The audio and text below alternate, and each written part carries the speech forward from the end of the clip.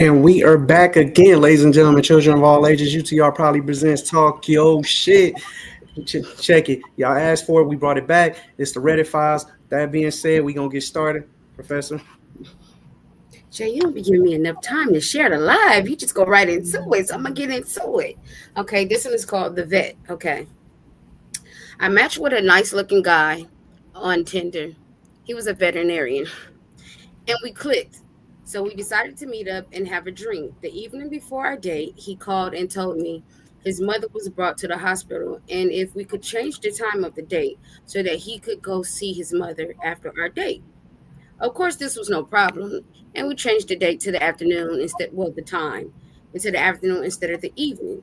He had already told me his mother was sick and kept telling me how sick she was. And he knew about a lot of diseases because he was a vet. Already a little odd, but what do I know? So we meet up the next day, had a drink, and chatted. It was actually really nice. Then his sister called him and told him he needed to come to the hospital because their mother was not doing well. He asked me if I wanted to come with him to the hospital, and I declined because we are on a first date and I really don't want to be included in such private family business. He kept insisting and even got frustrated that I didn't want to go with him to see his mother. But I told him no again, and eventually he dropped it. And he left to go to the hospital. Later that night, I texted him to ask him how his mother was doing, but he blocked my number. It was so weird, but I think I dodged a bullet with this guy. Am I the asshole because I didn't want to go with him to see his mother at the hospital?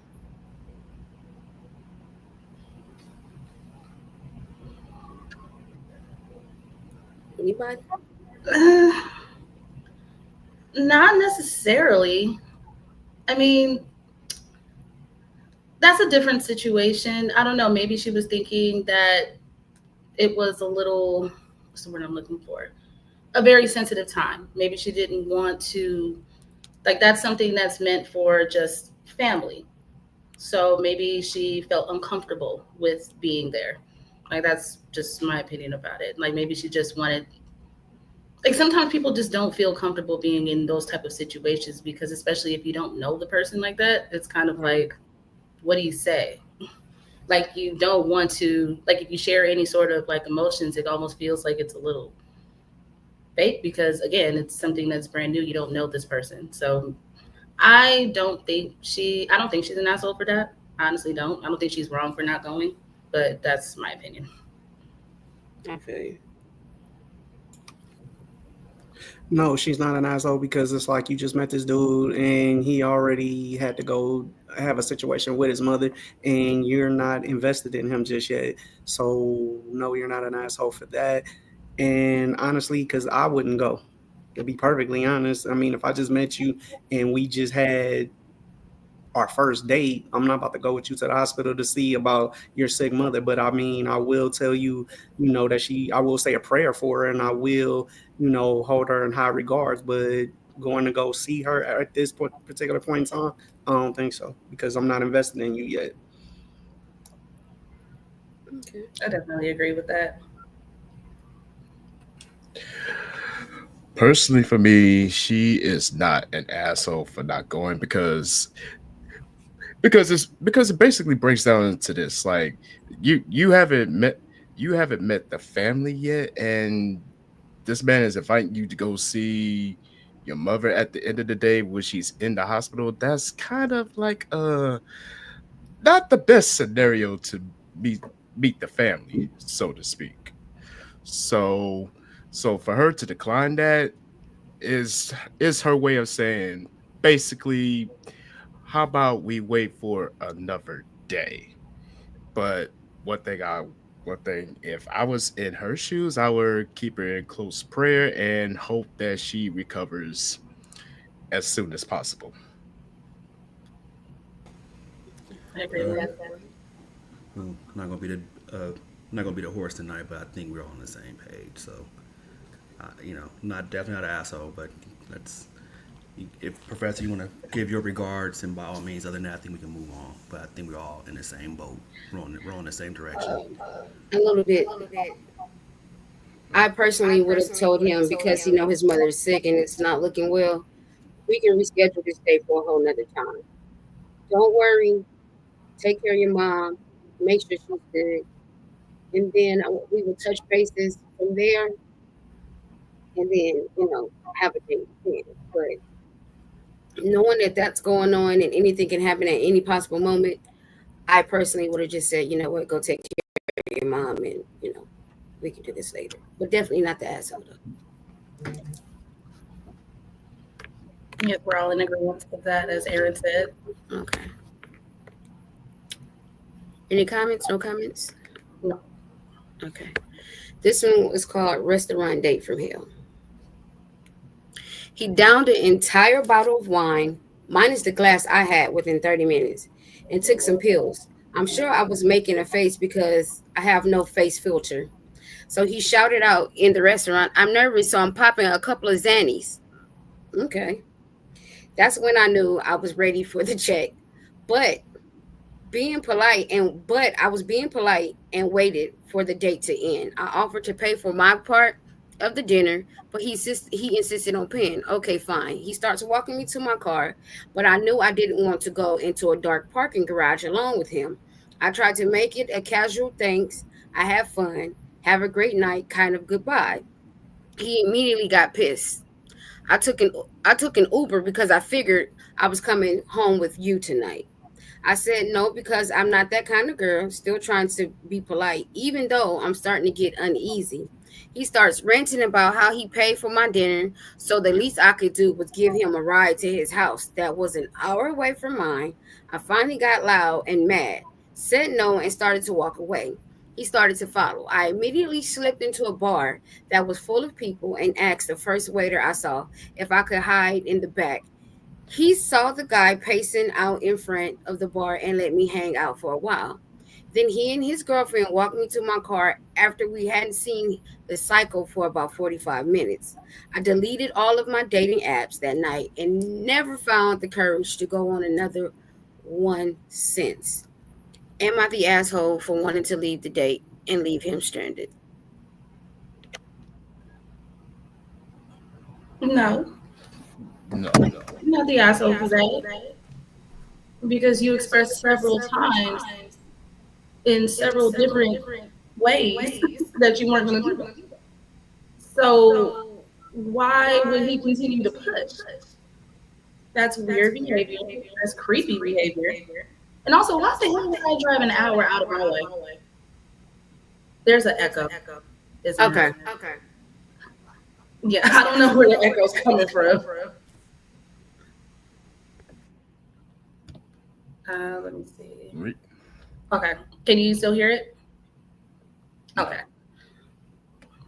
All right. I'm not sure what was going on there, but no, I don't feel like she was the asshole. She was basically trying to protect herself. That's it. That's all. There's nothing really any more deeper to go into that. But I know you guys have your opinions as well. So can you still hear me? We can hear you. Okay. Just wanted to make sure. Let me ask this question.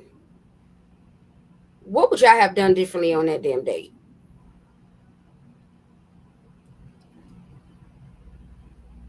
Probably not went. Call my mama. Call your mama. Explain. Why did you call your mama? Because I'd have called her and said, Mommy, I don't know what this girl done took, but she followed me around the downtown district, and I don't like this.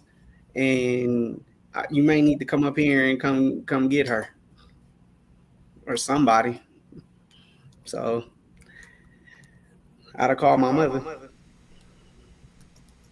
I don't think the right questions was asked in the very beginning before going on this first date. So what I would have done different is maybe had a different conversation prior to going on this first date, such as if we agreed to be at a certain location, do you have the means of transportation to meet me there, or um, I think a lot of people will probably a lot of people's first red flag would probably be him drinking a whole bottle of liquor.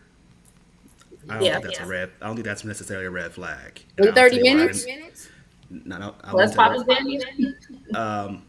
And also, popping and Zanny is probably not even a red flag to me either, because listen to me.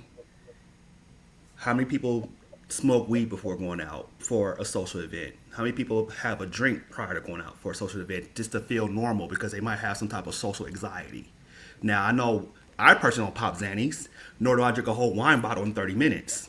However, to judge somebody off of maybe like taking the edge off to make them feel more comfortable in the situation, I can't blame someone for doing something like that. And when we all have our own little niche, our own little things to make ourselves feel comfortable. I think there's a way you can be more. Wait, Heather, wait. Let me finish. So Sorry. at the end of the day, and I'm not attacking nobody's niche or anyone's addictions, but if you smoke a blunt, if you smoke a whole blunt, if you smoke half a blunt, if you pop pills, if you do a little line, whatever your niche is, if you, there's a lot of people in this world who do things to make them be socially normal these days. Now, I'm not saying that everybody does that, but you'll be very surprised on what people do to feel socially normal these days. So, again, a lot of people saw the red flag as those two aspects. I see the red flag as we didn't even have the proper conversation before the date even happened, to know that, okay, just by conversation, this man might be a little crazy, or just by conversation, you're grown as fuck and you're expecting sex at the end of this date, or you drove an Uber, and you live an hour away. What was the thought process behind that? Besides, you thought I was gonna take you home and get some sex, but so I think by having the right conversations, you probably could have figured that out pretty fast, pretty soon. I don't necessarily think it's the popping the Xannies per se is what I'm saying. Certain things. Hold on, let me go on mute so there's no echo. Hold on. Okay. So I wouldn't say necessarily it's a popping a Xanny per se, right?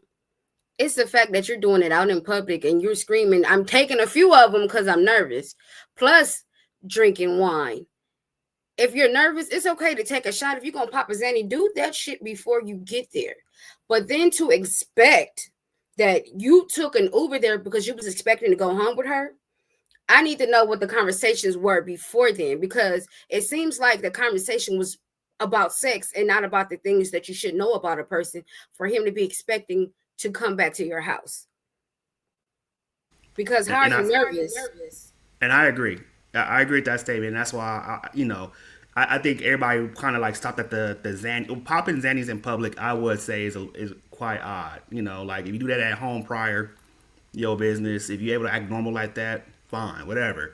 Me personally, I wouldn't be able to move forward with someone who does things that I personally wouldn't do. So if I'm not a avid drug user, I probably wouldn't go out my way and date someone who does drugs as well. And no offense to anyone, who has any type of substance, or I wouldn't even call it addiction, but if you have any type of a niche, I would just leave it at that. If you have a niche, I'm not here to attack you on that. That's between you and God, or you and yourself. So at the end of the day, if you was able to pop a Xanny at home and act normal on the date, or if you was able to drink a bottle of wine at home prior and come to the date and act real normal, then fine. But yeah, doing all that in public and then with all the expectations, I think that's a little bit weird. That's why I would agree with you, Professor, or you would agree with me when I said the conversations that happened prior to the date probably wasn't the right conversations.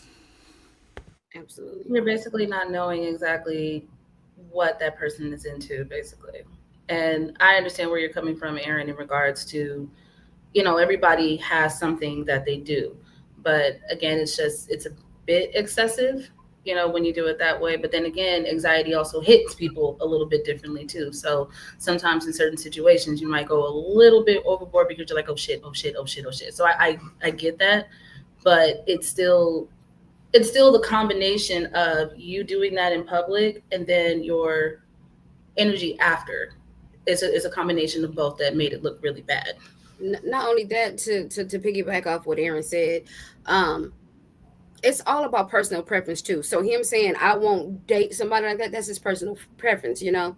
And it's not getting on anybody, but how you feel is how you feel. And if you choose not to have it around you or deal with it, then that's what you choose. And can't nobody be mad for you for that. As long as they're not saying, oh, you shouldn't do this and that's it, they're grown. Let them do what they want. But I personally don't have to be around it. And you're not going to make me feel bad because I don't want to do it. As I'm not going to make you feel bad because that's what you want to do. But popping Xannies because you said you're nervous and you're yelling this out in the restaurant and you drinking a whole bottle of wine in less than 30 minutes besides the glass that she had is wild behavior. And to mix both of the two together, you living real dangerous. I'm just saying.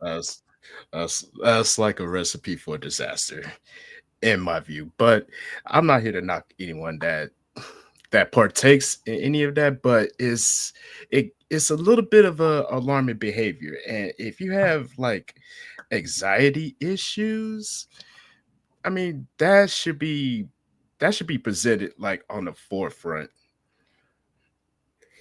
Like, now he popping a Molly and sweating. I'm sorry. It's too early for me to quit doing the show.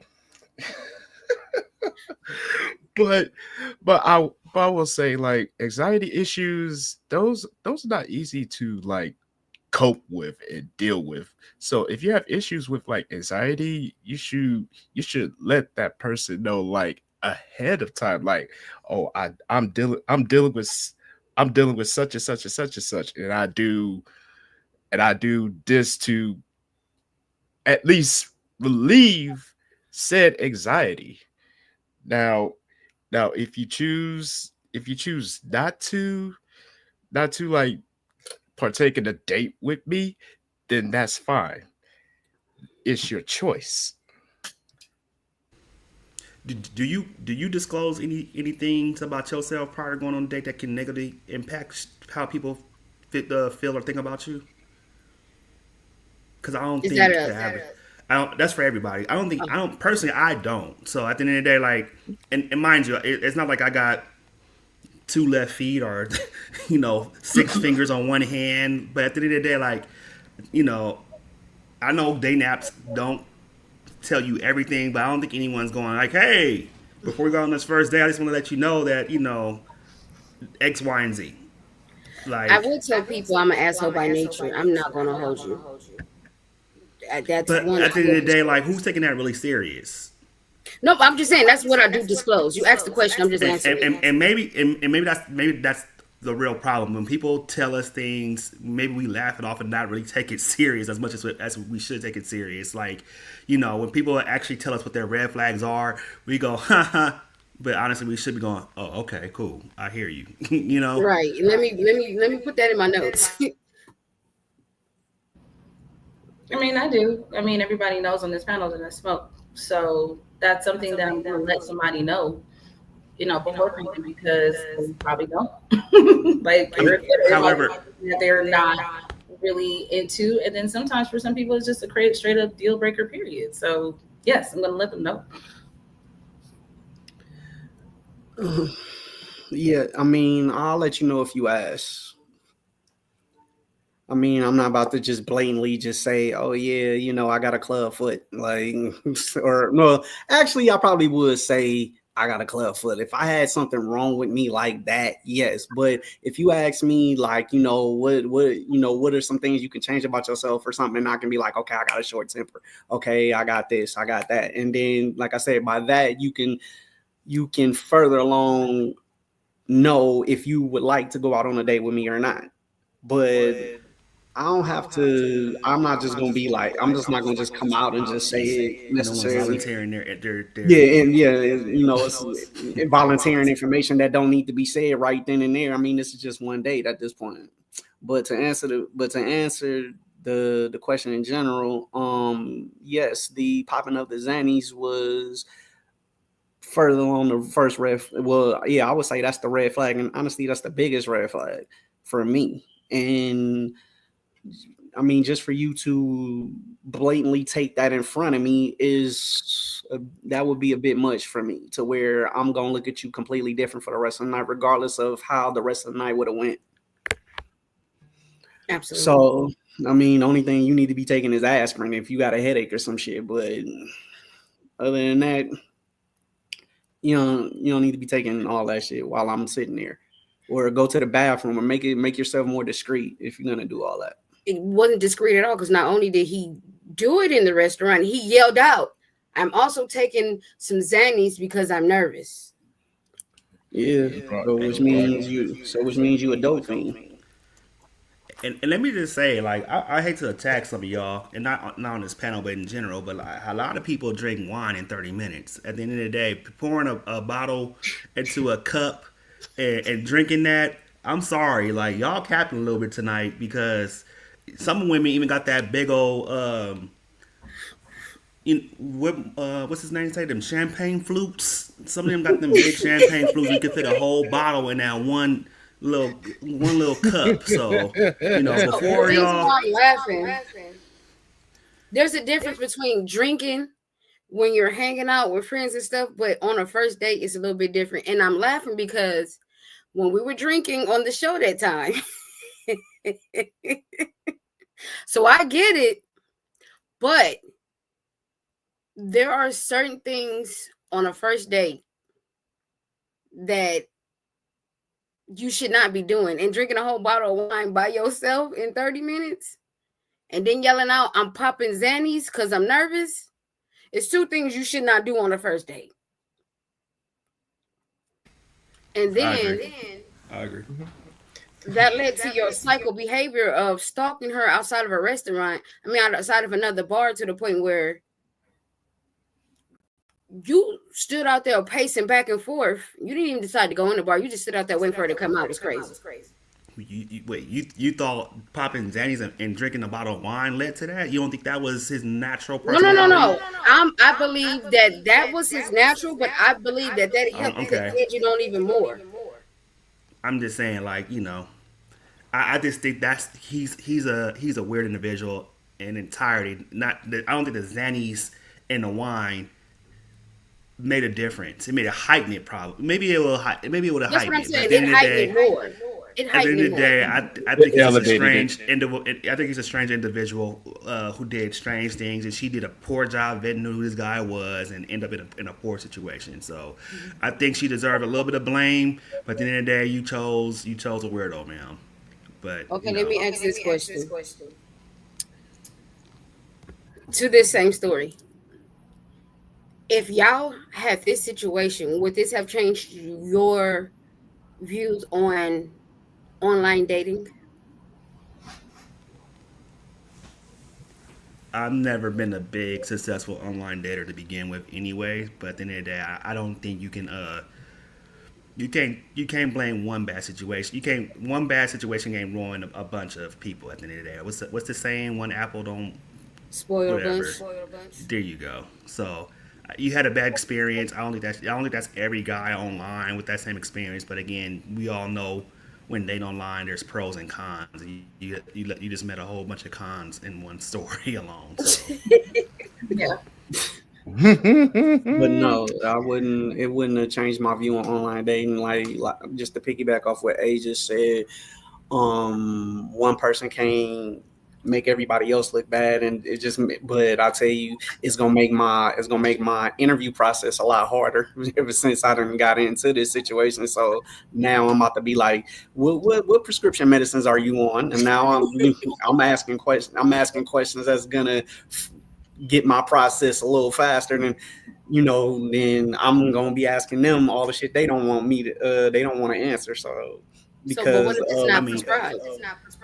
We're laughing, but again, these are real questions that should be asked at the end of the day. Like a lot of times we're not asking the right questions to get the right answers, to have the right results when we go on these first dates. And sometimes people are so good that they can hide a lot of these things, and we don't know until we physically see them in person. But I think that we gotta stop laughing or stop thinking, like asking questions like, what prescription drugs are you on, or what type of drugs you do on a regular basis.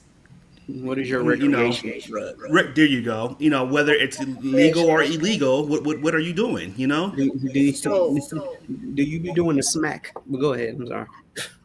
let me ask this question. What's one question you would ask when having a conversation? do you smoke? Do you drink? That sounds like a whole song. I mean, I'm saying I'm gonna ask a lot of questions before I get to you. Do you do blow? Especially if I feel like I gotta come out my, I'm driving out my way. Well, I guess he is driving out his way or Ubering out his way because he's an hour away. But I don't know. I would ask all the questions. Like, there's nothing, in my opinion. If I'm going to spend time with somebody, there's nothing in my mind that's off. No. I'm just asking to give the audience what would be one question you ask. That's all I'm saying. Okay. I got you. So I think for me, I would say, what is your expectations on a date? What is your expectation for this date? Do you shoot heroin? Do you have a car? Does the car work? Does it have all 4 doors? That's a good question. Do you have a car? Do you have Uber money? I mean, yeah, you can say, I mean, do you have a job? How long have you been at that job? Do you have a career? Where do you see yourself in 5 years? Do you have any kids? How many baby mamas do you have? Do you and your baby mama live together? There's a lot of things you can ask. But after hearing this story, yeah, I want to know what recreational drugs you do on a normal. I also want to know, like, what was the time period from the time y'all met online to the time y'all decided to go on this first date too? Because I don't think 2 days. And then that's her fault if that is the case. Like, I don't think you ever. I think people are too thirsty to get out and meet somebody or to go on a first date with somebody. Like, give it time. And I understand. Like, I heard. Like, I get people like, I want to date you within the first 30 days of meeting you and everything. Or go, but at the end of the day, it's just like, I want to personally feel comfortable that I'm meeting up with a complete stranger that I never met before. Like, catfishing people is real and a real thing out here in the world. So at the end of the day, like, I want to be able to feel comfortable enough that, hey, whether I'm male or female, whether you male or female, that if you get put in a situation, you're able to protect yourself and handle yourself to the best abilities possible. Yeah. Go ahead, Mees. Go ahead, Mees. Oh no, I was gonna say, like, you don't have to be overzealous to get out on the date. Let everything build at an according pace, so to speak. Like, get to know that person a little bit more before you wind up jumping out the window and pretty much going on the said date, because you may find things that may pique your interest about said person, and you may find certain things that you may not like about the person. But you will have to basically just don't be too quick to accept a date from someone you just basically barely started talking to at the end of the day. Is what I'm getting at. That's a fact. You don't even know this person's last name, but you already on a date with them. Yeah. So basically, I agree.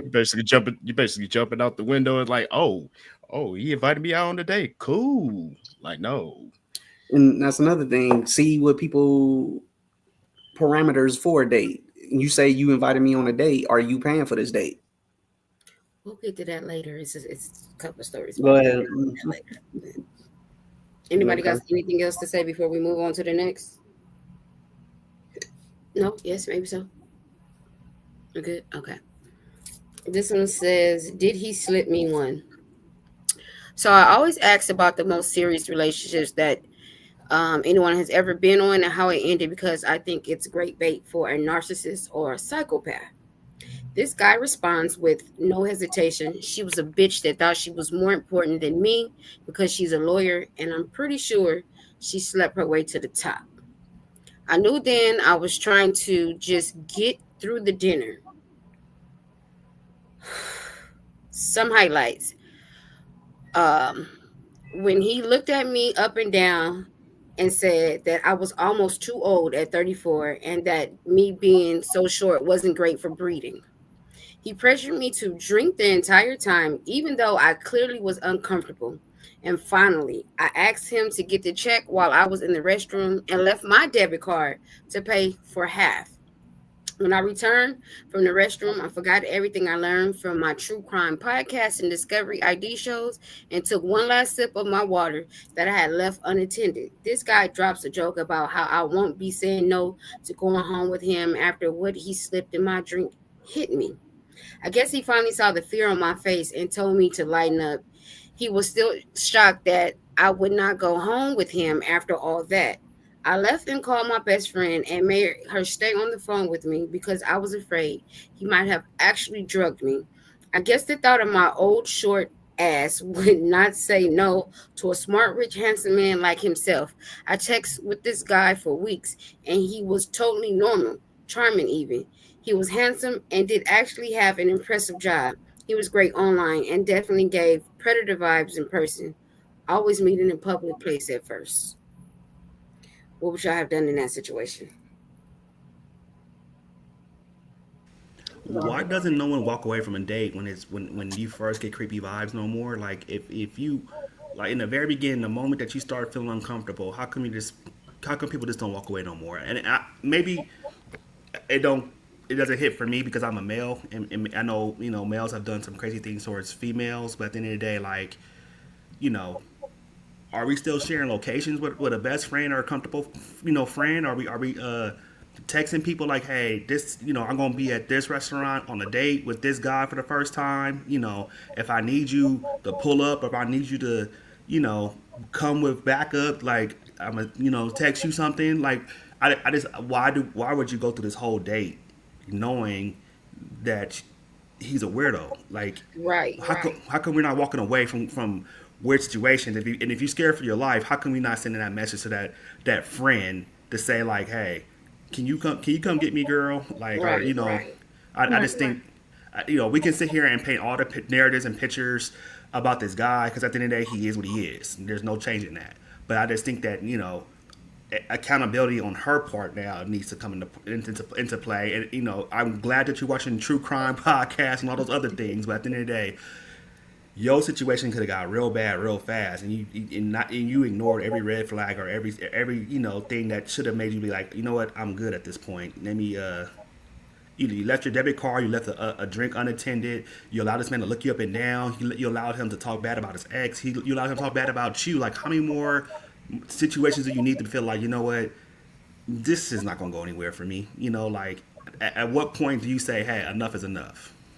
I mean, I would have left right then and there. The thing is, you can't even say like most of these females that be like, oh, well, it was a meal because she paid for half her shit. So there was no reason for her to stay in the first place. Literally, after you said this was your way of seeing that they're a psychopath, that they're a narcissist, that was your clue right there when he said because she was a bitch and she slept her way to the top.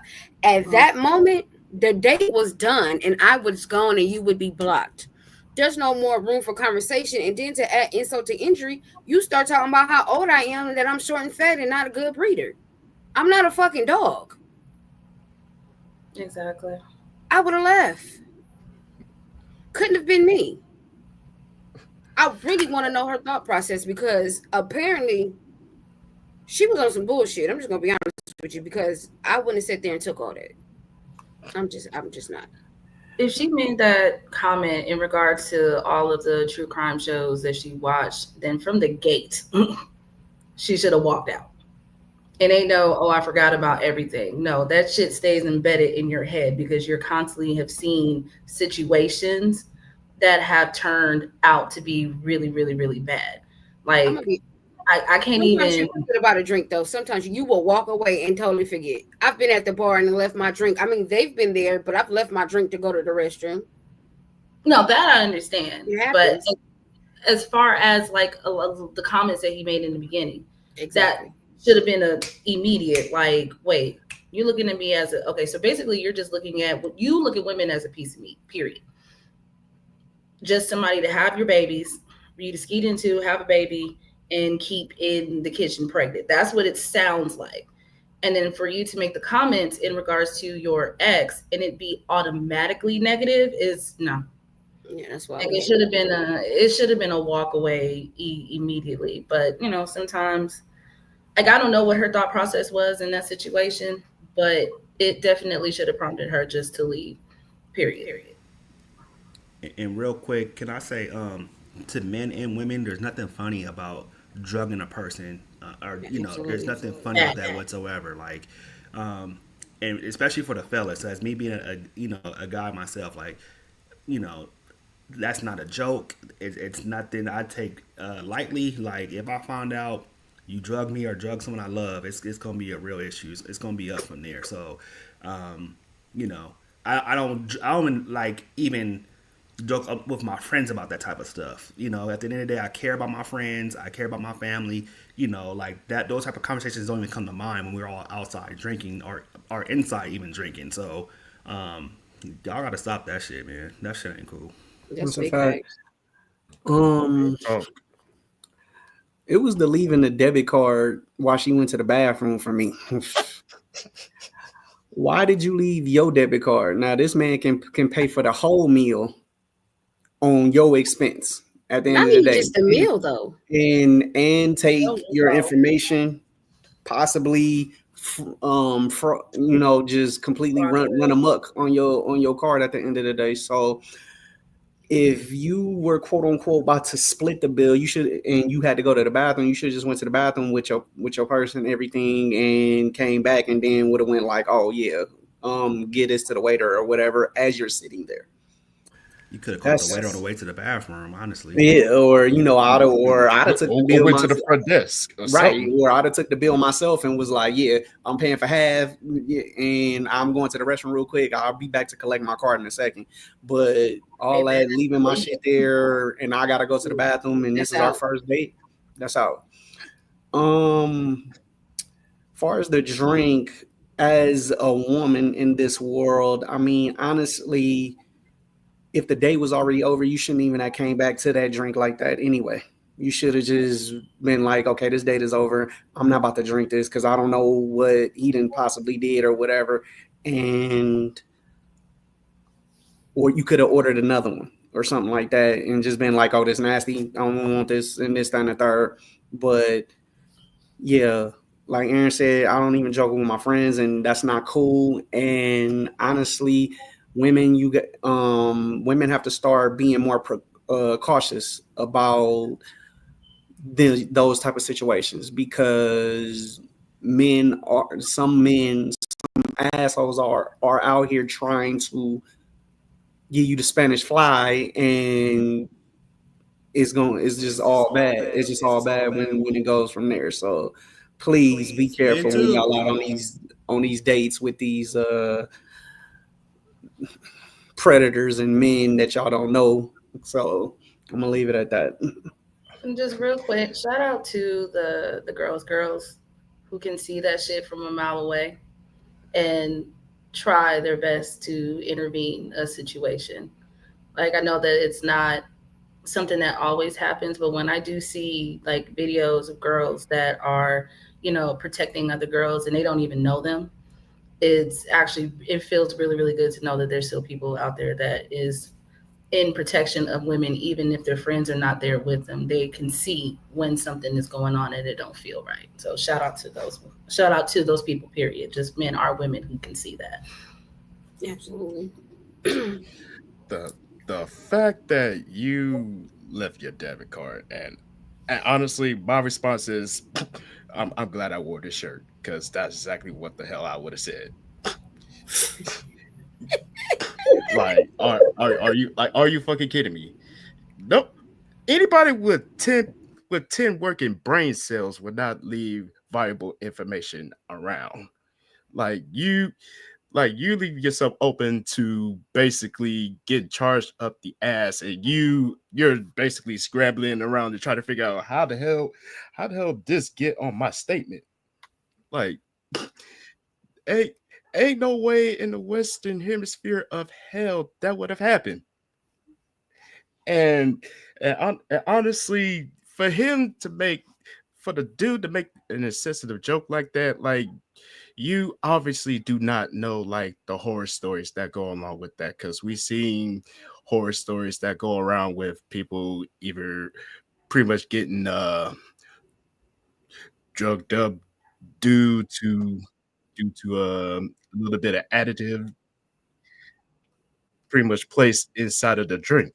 So you to you to make that comment, you ought to be castrated with a rusty steak knife. I'm sorry.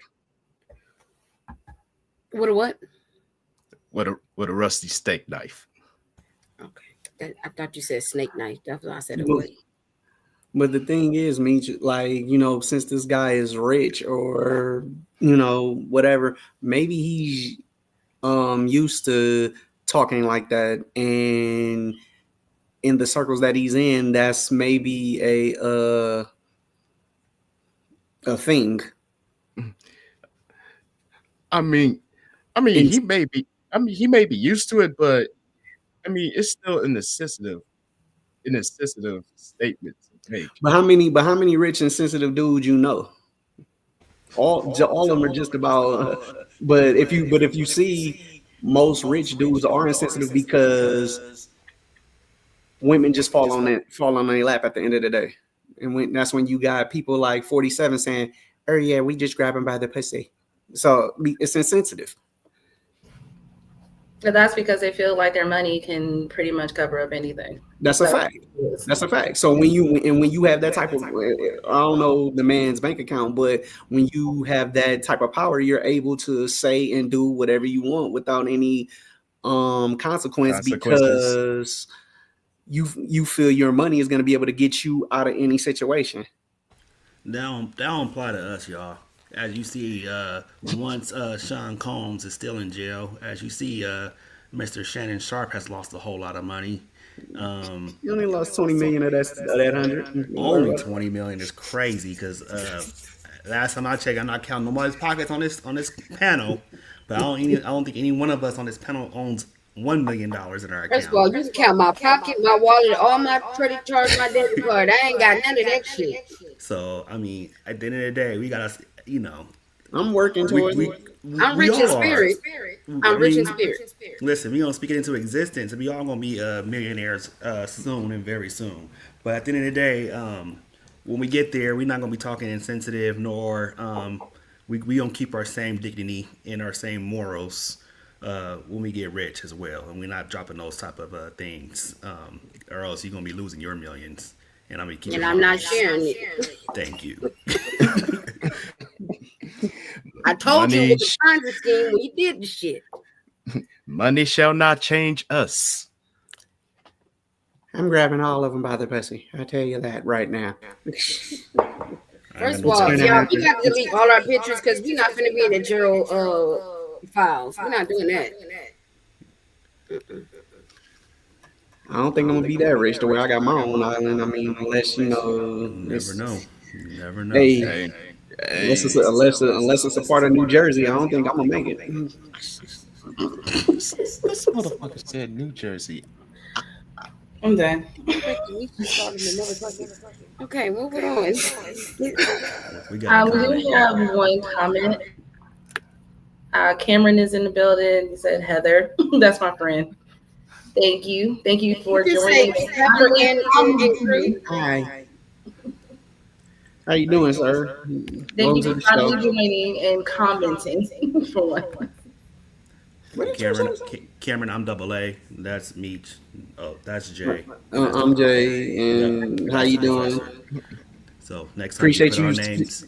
You can put our names and exclamation points as well next time. But we got appreciate you stopping through and check out the show, and hope you like it. But Thank on you. to the Join the conversation. exactly and Please comment do. and comment. Next question. There you go. He said, "What's good, fam? What's up, Cameron? Good to How you meet you, doing? bro." All right. This one is called Child's Play. Back when Tinder first came out, I matched with and started talking to a girl who was in my same city in Florida. She and I agreed to meet at a restaurant I had been to a few times before. We had talked about it being her and me, but when she arrived, she was dragging a kid with her, which she had never mentioned she had, let alone bringing him. She sits down and almost immediately gets on her phone to largely ignore me and her kid. I tried striking up a conversation, but it was clear she was not here for me at all. So her kid and I started coloring on placemats, drawing cartoon characters and things like that. Food arrives, we all eat, and then she asks if she can order another entree. I had no intentions of paying for her food at this point, so I said, sure. I get up to use the restroom and go see the waiter about the check. I paid for my food and the kids' meal because he and I were having a pretty good time drawing in Minecraft characters. I stuck her with both her entrees and her drinks and then bailed and blocked her on everything. What would I have done in that situation? The same exact thing. I don't Exactly the same Hey, shit. I ain't fucking with you, but this child right here, yeah, we vibing right now. We color, we doodling right now. So there, Felt like a play date. yeah. Felt like an actual Like, date. matter of fact, I'm gonna ask. Like he was babysitting. I'm gonna ask if me and the kid can go out on another date because I ain't fucking with you. Like, me and this kid had a great time. Shit, me and this child had a great motherfucking time, and you just sat on there on your phone. So therefore, I don't want to date you. I want to. I want to. You heard that too, Double A? What a wonderful Don't get mad at me because you said it. You went a little too far almost. I didn't say I wanted to date the kid. You almost did. You though. almost Yeah, did. yeah, That's why yeah. I'm laughing. I'll date the kid, but we going out on dates. Yes, we about to go to the play. We about to kick it. We about to have a good time without the mama. Now that's y'all dirty ass mind that y'all want me to go further than that. So if you ain't never been on a date with you ain't never been on a date with a kid, Aaron? My kids, yes. Exactly. It ain't your kid. That's her kid. Yeah, exactly. And I had more fun with her than I had more fun with the kid than her. So to sit here and say you don't go on another me and date this with the kid- kid me is and kind this of kid- weird, bro. Me and this kid, we can go kick it. I ain't even worried about it. I said it. Your mind's telling you no. No, he wants to be a mentor. I'm part of the Big Brother Society. Hell, what y'all talking about? Then meet him at the YMCA. But that's still Do they creepy. even though. have those anymore? I don't know. Exactly. Those might have shut down now too. I don't know, Jay. You kind of shot yourself in the foot with that last comment, bro. You was doing so well, and then you was like, you gotta hug yourself with the rope, like. I don't care. We're cooked. Well, ECR, it was nice knowing y'all. You're fucking cooked. Everybody's afraid to talk now. I agree. I would do the exact same thing. He was an asshole for that because at the end of the day, it sounds like it turned into a babysitting situation, and it also seems as if she just wanted to go on a date to feed her kid and herself.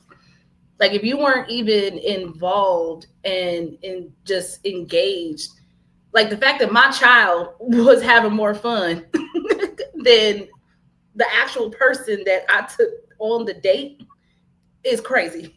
Like that doesn't make any sense whatsoever. So yeah, it sounded like he would probably become more of a mentor than anything versus ever having a date with her ever again. Like that's ridiculous to do that. Why even go on a date?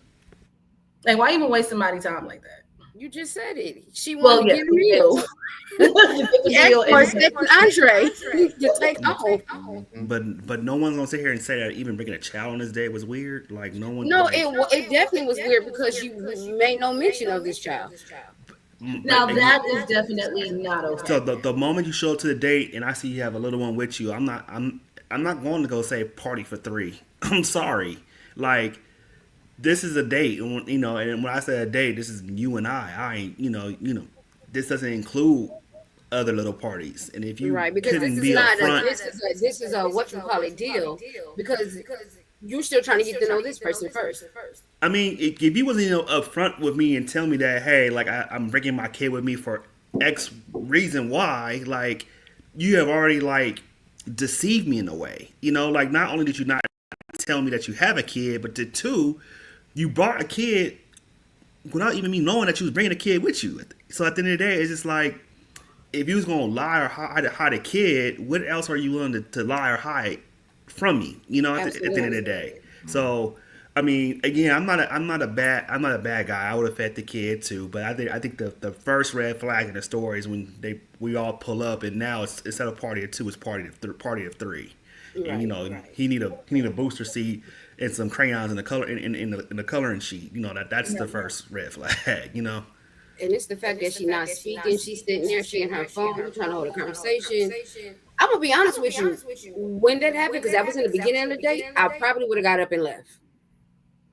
I would have just got up and left. But it's just me. I do have a question though. Because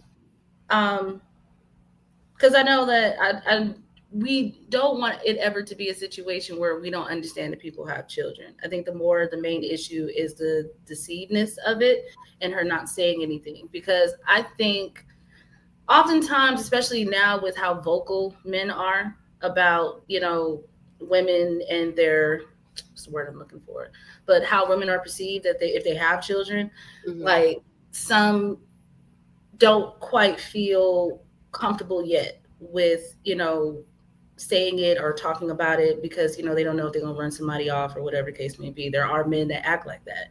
But in this situation, seeing what type of guy it is, let's say if it was a situation, it was changed and she did let them know like, hey, you know what? I don't have a babysitter.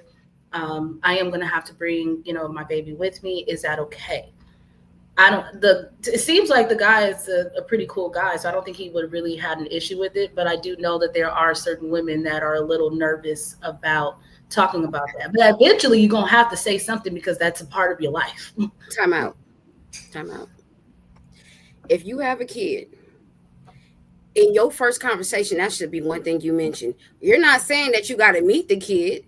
But you need to let them know you have a child. There are men who don't like kids or don't want to date nobody with kids. Why even put yourself through that situation? And vice versa. You can say, y'all had a conversation, I have kids. You don't need to know none about it. You know that I have kids and leave it at that. You need to get to know me. But that is one of the things that they need to know about you. Right. It don't need to happen in a first conversation, in my opinion. I think it's something that needs to be shared at some point along the way. But for it to play out the way it played out, it's kind of unfair. Again, like you're saying, the fact that you didn't mention you was even bringing a kid, let alone that you had a kid, is kind of strange to me. But at the end of the day, I don't think that's the first conversation we should be having, because at the end of the day, people fall in love with people whether they have kids or not. I think we got to get out of that mindset of... No, what I'm saying is, when I said that, you know how there are men who don't want to date women with kids? You need to be asking questions about how do they feel about people with kids, right? So that you know, and you can kind of, because there are men that's like, you know what, I don't want to date a woman with kids. Why put yourself in that situation? You want three expert opinions? You want 3 expert opinions on the show right now? You can.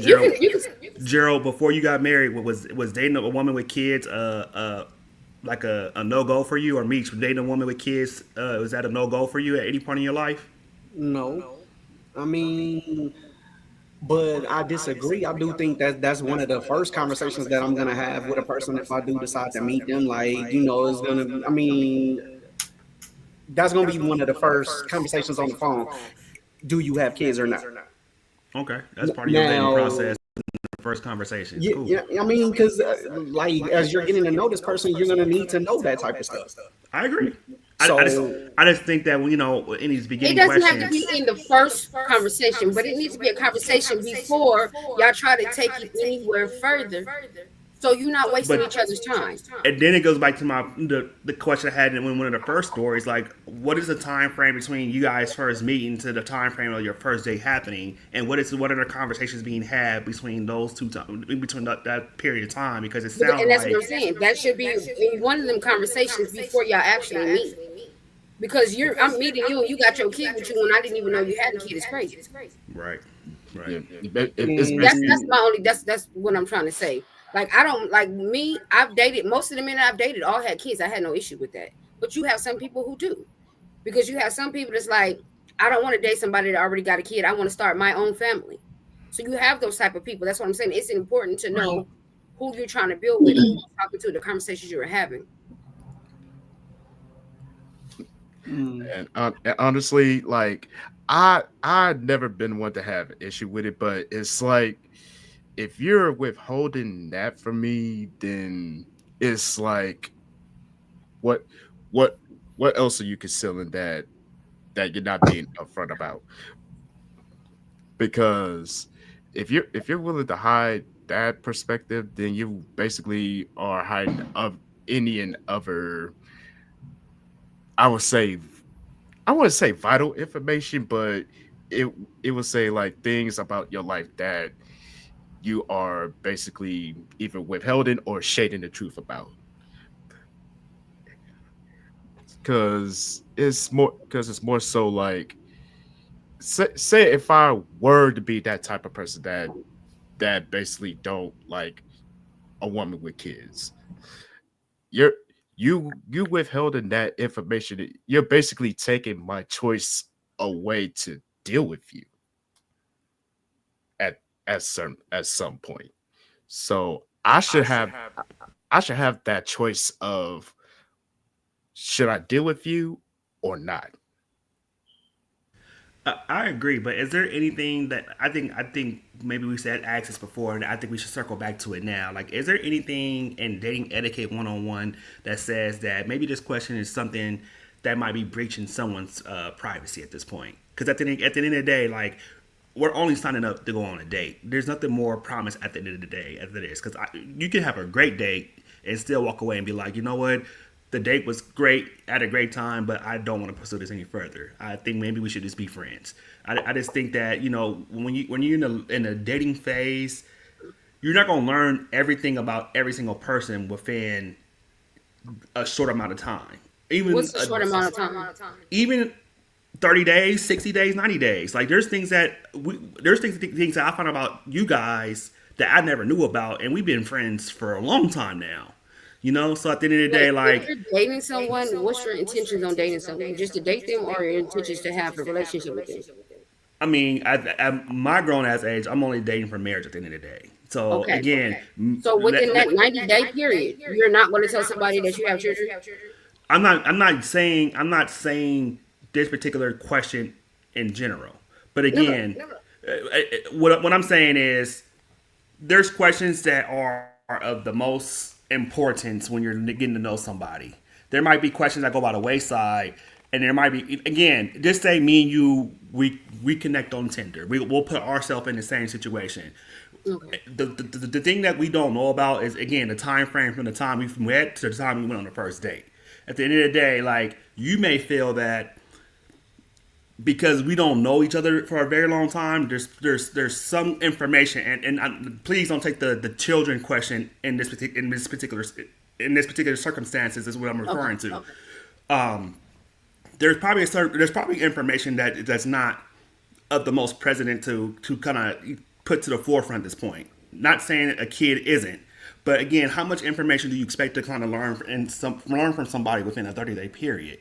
You're not gonna learn. I'm not gonna learn everything from A to Z about the professor just in 30 days. And there's some things that I need to learn that will come from this, happen to be around you in person. Like, you prefer to do things this way because I know that I've been out with you in person before. When we're talking or texting over the phone, I know you prefer to do things that way because again, we text and talk on the phone. But like a lot of things you find out about people will happen more over time, and I understand things are more important than other things. So like having a kid, asking these vetting questions about people are very very very important. But at the end of the day, it's just like you're not gonna learn every single thing about somebody within a small time frame. So I just think that the thing that's left out in every story is what is the time frame from the time we first started, the first time we connected to the first time we went on a date. And again, please don't take the question of do you have kids as being applied in my current explanation. So let's take that question out of the box for now. Go ahead, Heather. Honestly, it goes back to what Put said, is what your intentions are when it comes down to who you're dating. Because I understand where you're coming from about you're not going to find out everything in a short period of time, but at least have specific keynotes or specific notation of what is important so that that's out the way. Like everything else is going to fall into place, and then everybody else is different of what is important to them and what they want to know. You can have all the keynotes in the world in your pocket, but again, just say we connected on Monday, we on our first day by Friday, you're not getting all your keynote questions out the way. Even if we met on Monday and we out by Wednesday, if we connect on Monday and meet for the first time up the following Monday, like again, like a lot of times when you first meet somebody, you're not texting them from sun up to sundown. You're not talking to them sun up to sundown. We all got jobs, responsibilities at the end of the day. So things might come on the go like, hey, thinking about you, want to get to know you. But at the end of the day, it's just like, I don't know. Maybe my dating style is a little messed up compared to everybody else's. But I don't think. Sorry, it was just you said that, and Heather made a face when you said you're not texting from sun up to sundown, and she was like, I'm not. I mean, it's not with everybody. I just know how my relationship began. That's exactly how it was, literally from sun up to sundown. But that's not everyone. But mind you, and not to put your business out there either, but when you first connected with your person, you guys were in a long distance relationship as well. Yeah, so it makes more sense. You guys didn't have the option to like pull up here, let's meet at the coffee shop, or let's get to know each other in person. Like you guys first connected cross state lines, so I think your situation is a little bit unique than the average person who's dating online and dating someone in their city as well. So I don't know. I again, don't asking questions or having a conversation about kids, how many kids you have, how many kids you want, what type of, what's your niche, what type of drugs you do, what type of, these are all important questions. Do you have a car? Do you have a job? These are all important questions to vet somebody prior to going on dates and everything like that. And the list will go on and on and on. But again, I can ask 1,000,001 questions, and at the end of the day, you may put your representative on the phone when it comes to me getting to know you as a person, but then when I get to know you, when I get to see you in person, you could be a totally different person to who you told me you was. And that was presented in the last story. The guy was, he checked all the boxes, on paper, but then when you got to him in person, he was a diddler. So at the end of the day, you just never know what you're gonna get. Did you just call him a diddler? The diddler. It'll be this. It'll be that, Batman. I mean, but then that's where those keynotes actually come in handy, because again, it's like, well, we've had these conversations. I asked you these questions. This is what you told me versus what I'm meeting. So I'm gonna have my notes back. No one has ever lied to you before and said, "Hey." Nobody has ever lied to you before, and you're like, "Oh, you told me you were 6'3", but here you are, 5'11". Come on. I'm not saying that people didn't lie, but what I'm saying is that the answers that you receive when you're talking to that person, you're going to assess that when you get to them in person. At the end of the day, there's so many people out here, you can't expect every date to kind of finish off as oh, I just met the love of my life. Sometimes there's a lot of people who go through a lot of different dates and be like, yeah, great guy, great girl, but she's not for me, or he's not for me, or that's someone who I would probably consider a great friend, but I wouldn't consider anything more than that, or there's some people you might just walk away and say, yeah, I'm never ever talking to this person ever again, so at the end of the day, to kind of expect that after a date that's going to be fireworks every time, it's a little delusional. So I think that's what's part of the dating process. You're going to find good people, bad people are different, but it's your job to kind of vet through these people at your pace and into your liking. I don't think people are expecting fireworks immediately, but I think they hope for a good. I mean, ending, you will hope for a good ending because on paper, online, you just checked off all these boxes about this person. Okay, yeah, this guy X, Y, and Z. He has this job, has this car, makes this much money, is this tall. I mean, you kind of you on paper you kind of meet all these criteria of this person, and then when you meet the person and when you meet the person in person, is not who you thought it would be. So I again, the dating world sucks, y'all. which is another reason The law's why told. you have to be careful with the questions that are asked to you and how you answer them, because the way you answer those questions can be the way the person make you perceive them, and that's not them. So it's you really have to pay attention to the questions you were being asked as well. Just saying. Go ahead, Jay. Go to the comments. Yeah, because we got a lot. Let me see. Alrighty, so Cameron said, "My bad. I don't know y'all, but I do now. Thanks for having me." And for Thank he you for was coming. the responsive comment. He said, "I will," and he agrees. Same. He said he would have took the kid with him. Oh hell, that's kidnapping. You're going to jail. You're going to jail. You're going to jail. You paid attention because she been in our phone, but still, they got you on camera. Right. But I think he agrees to something that we were stating. He said facts. He said save the kid from a whack ass mama. She don't even like the kid. He's laughing. He also says bringing a kid to a date is crazy work. He also says mention that in the first 24 hours. As far as, for people protecting their kids, people don't post their kids on social media. And he also says, if you can't tell me, you have kids or not, the fuck are we doing?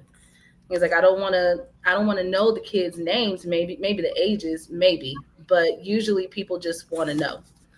And this was in regards to what you said, Aaron. He said, you can't answer that question until you date, though. And he also says kids are a deal breaker for a lot of people, not just men, for real. And that is facts. They are deal breakers for women. Okay, let me get to this one. This one's called Mama's Boy.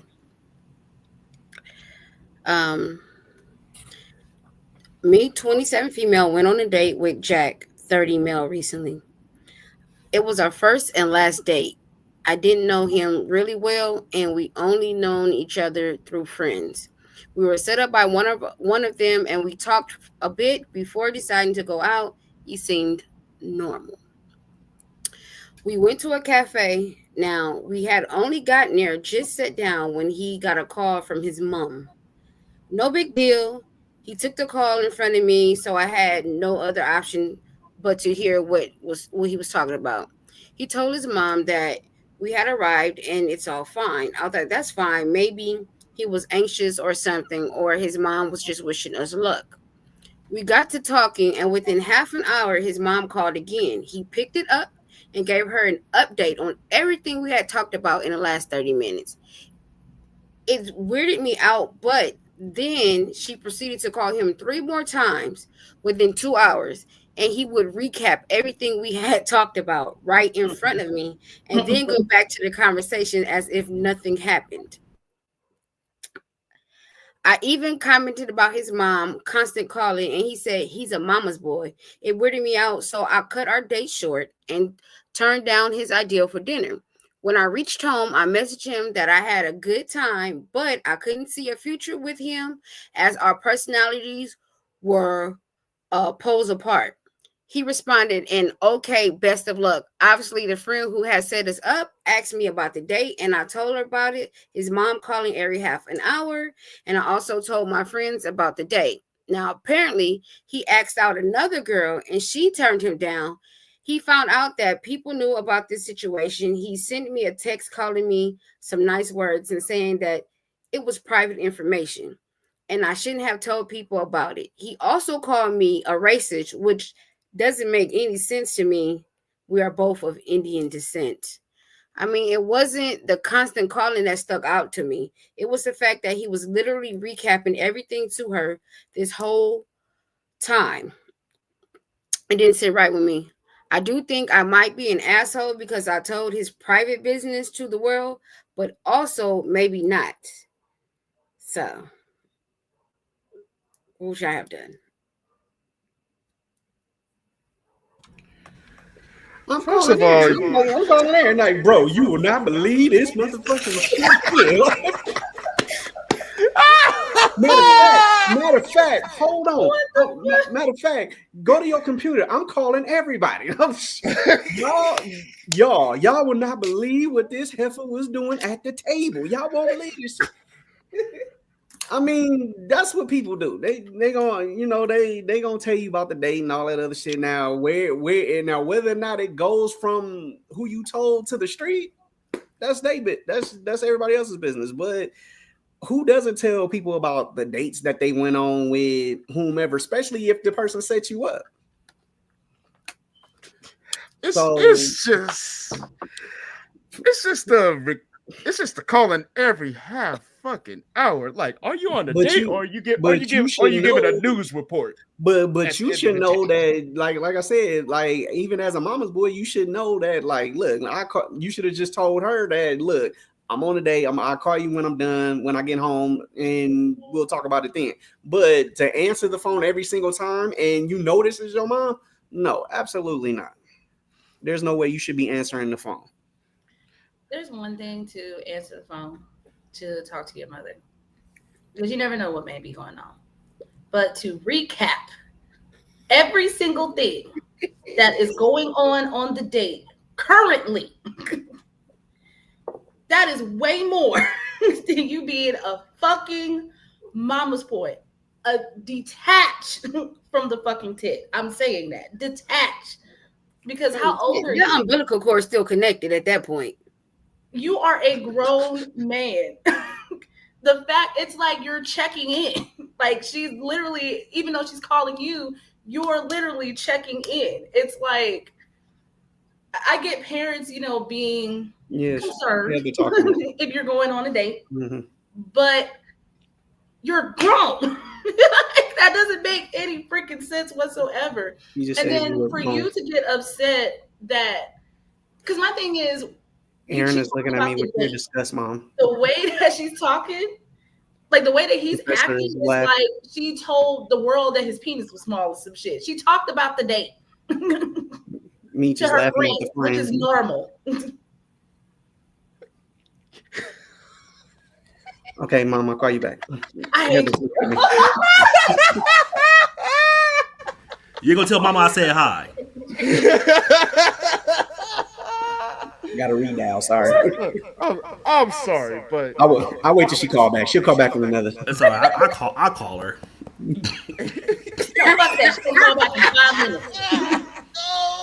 It's the fact that he went from. You can tell her hi so I can call her. It's crazy. You might want to have a talk with him after the show. Because why you got his mama number? You don't know what mama it is though either. So you can chill out with the attitude. I said his mama. He said you don't know which mama it is. It don't matter. Why you got both of them? It do matter, because what if his mama like my mama?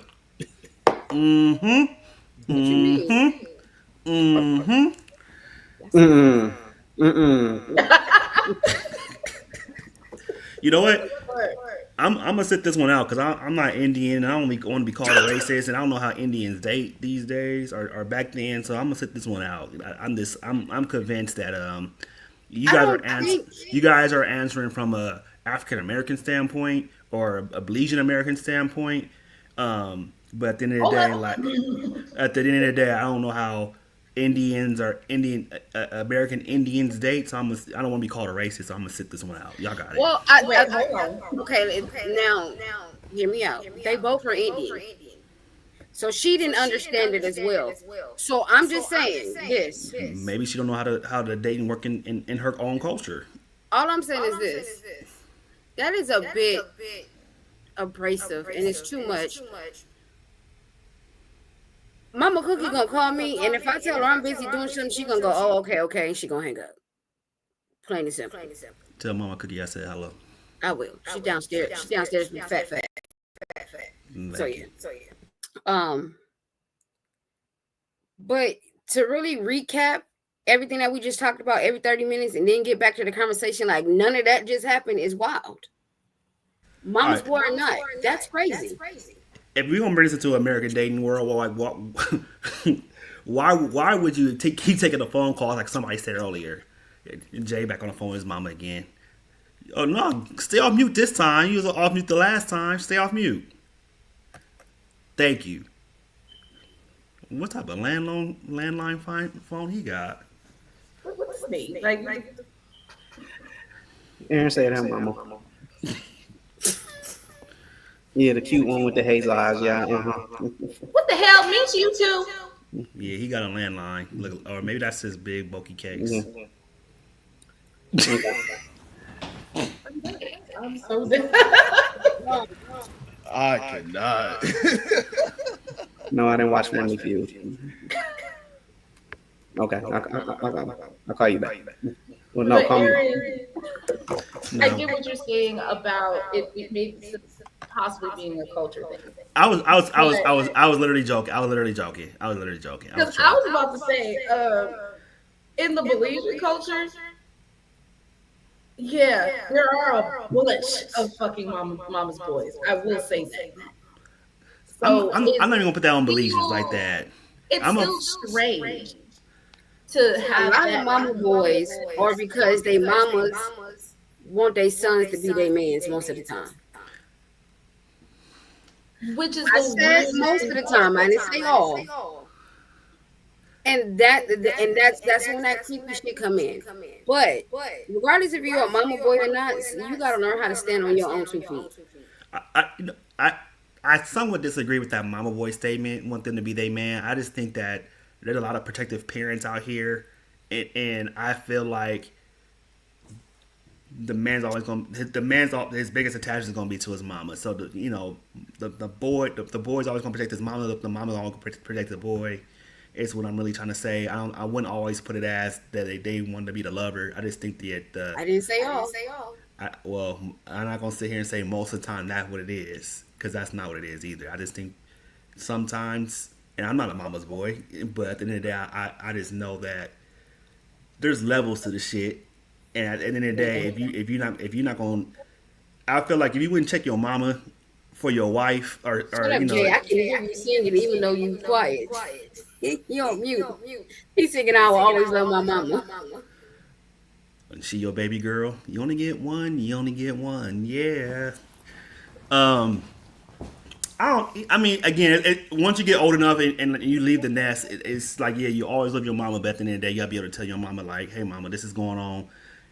I'll call you later. Ain't no time to be giving mama a play-by-play every 5 minutes or 30 minutes when you're on a date. Like, that's ridiculous. That's facts. What is this? You leave the nest? That was grandma's house.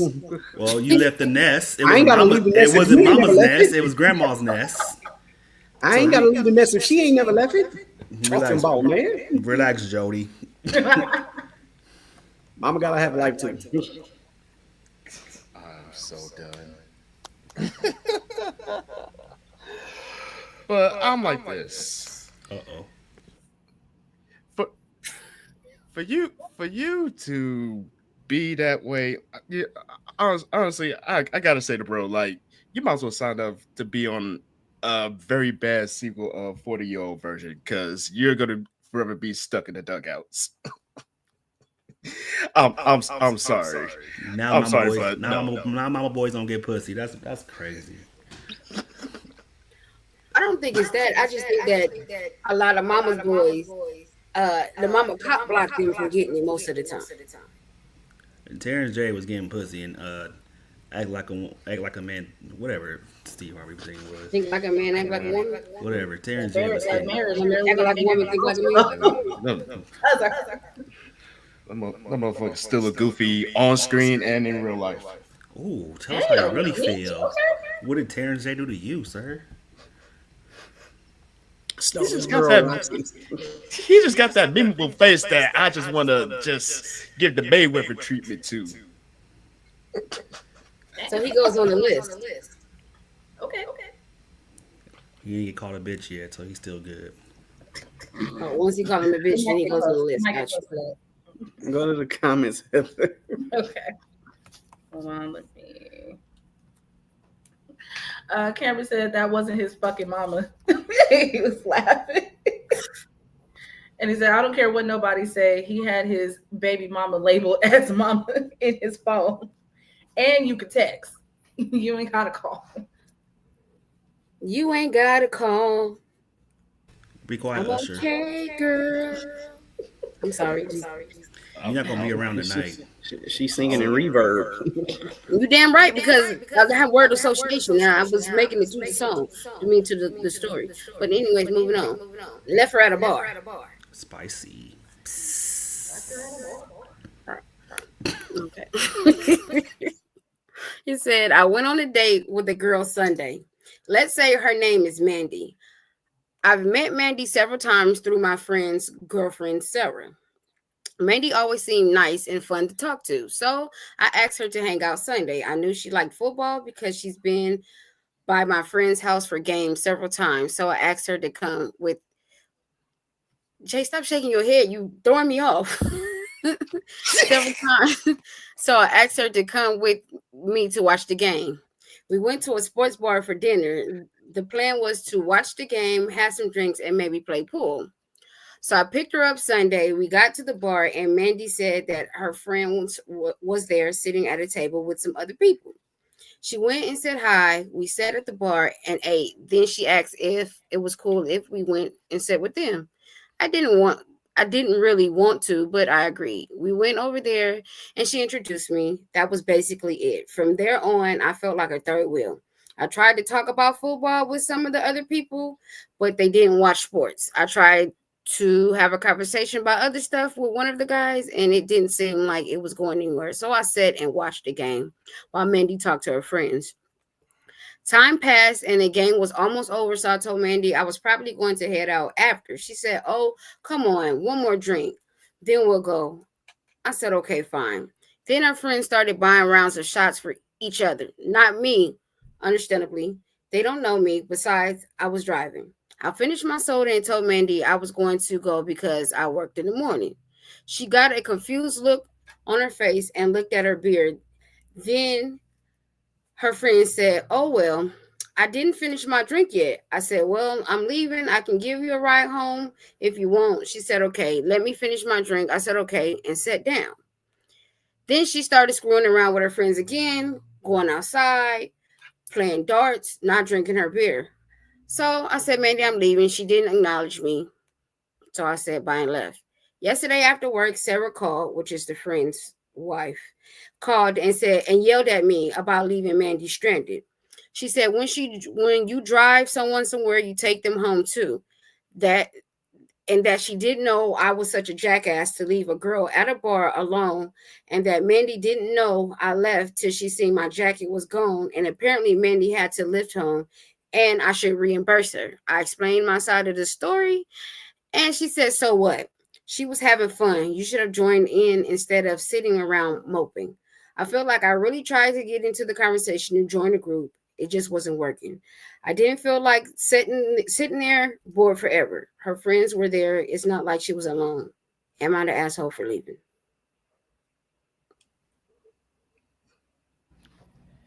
Hell no. Like Okay. I would have been I would have been like, you wanna ask me to reimburse you for a lift when I said I'm not comfortable in this situation or scenario? And I said numerous times. I'm not comfortable being around this group of people. And to call a bitch to your fucking friend. I would have that look on my face like, you stupid bitch, reimburse this. And have a nice motherfucking day. I don't give a fuck how you feel about it. I ain't reimbursing your ass shit. I may sound like a dick buff, but it at the end of the day, fuck you. You killing me, Smalls. You killing me. Ouch. I think you should take A a water breather. break. Papa Zanny, then take a breather. So I could be crazy, deranged. No, thank you. You might be a little already crazy because you Well, you over here called the woman a bitch and gave her the reimburse this. Like, Right. Well, before I continue, I just gotta ask one question. Meech, did you write this story? Are you the third wheel? Did you feel like the third wheel when you were, like, because the anger you just displayed? I felt it all. I If he felt didn't that. write it, he's been in that situation. We That's are what I'm here. saying. But it's kind of a yes and no. Thank you. It's kind of a yes and no, because if she did ride up there with you, it is your obligation as the man who took her out to make sure she gets home safely. Just because she ran into her friends, that doesn't mean that you have the right of way to leave her. Granted, I can understand your frustration because she was supposed to be on a date with you, but she ran into people that she knows, and as far as her friend is concerned, I mean, I kind of feel what Meech was saying on that as well, because I probably would have told her to go fuck herself, because you wasn't there. You didn't understand how I was being ignored the whole single time, and you don't understand how I was trying to fit in with this group of friends of hers, and it just wasn't happening at that particular point in time. But like I said, he's only the asshole because he left her. Now, am I reimbursing you? Absolutely not. But I will apologize for leaving you, because you did ride up here with me, and me as the man taking you out on a date, I should have got you home. I should have just said, let's go. And, I'm going to take you home, but it didn't happen that way. And I'm going to leave it at that right there. Go ahead. No, you got it. Go ahead.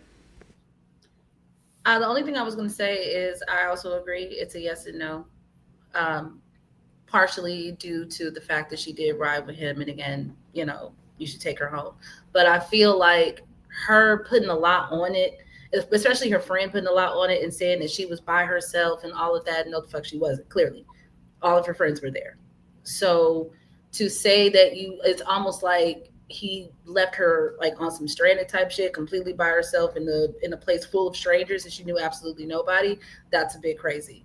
But it is I think in the situation, I think he probably should have been a little bit more stern when he, like, maybe the third time that he said he was ready to go, and would have been like, look, I'm going to give you that option. I'm going to leave now. There is no ifs, ands, or buts about it. I do no longer feel comfortable. And I want to make sure, but in the same feeling, I want to make sure that you get home safely. So I would have given her the choice of, okay, I'm going to leave now. I do want to make sure that you make it home. But if you choose to stay, that is your decision. But I am leaving. I probably wouldn't have just up and left like that. But my issue more so is he tried. Like, he tried to engage with people. He tried to speak with people. Even though it was a situation that he was uncomfortable with, he was still willing to work with the situation, and it was not working out for him. For her friend to go off the way she did and not understand from his point of view, especially after he explained it, shows what type of friend she is. So you're basically a yes person. That whatever your friend is feeling, you're going to validate that, and that's it, and not tell her about herself.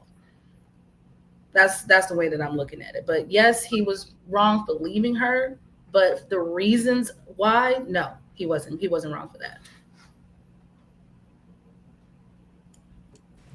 And fuck the friend too. Damn, you had to slip that in there. You know what, Real quick. You 1 second away. You 1 second away from one was the corner, Meech. You showing your ass on this story. I don't know why you so disturbed about this story, but this one definitely got into your skin. No, because it's like you're not gonna come sideways at me when you don't even know the whole motherfucking story. If you understand what I am trying to say to you, at the end of the day, my side of the story, then you should be more understanding where I'm coming from. If you're not understanding where I'm coming from, then fuck you too. Preacher.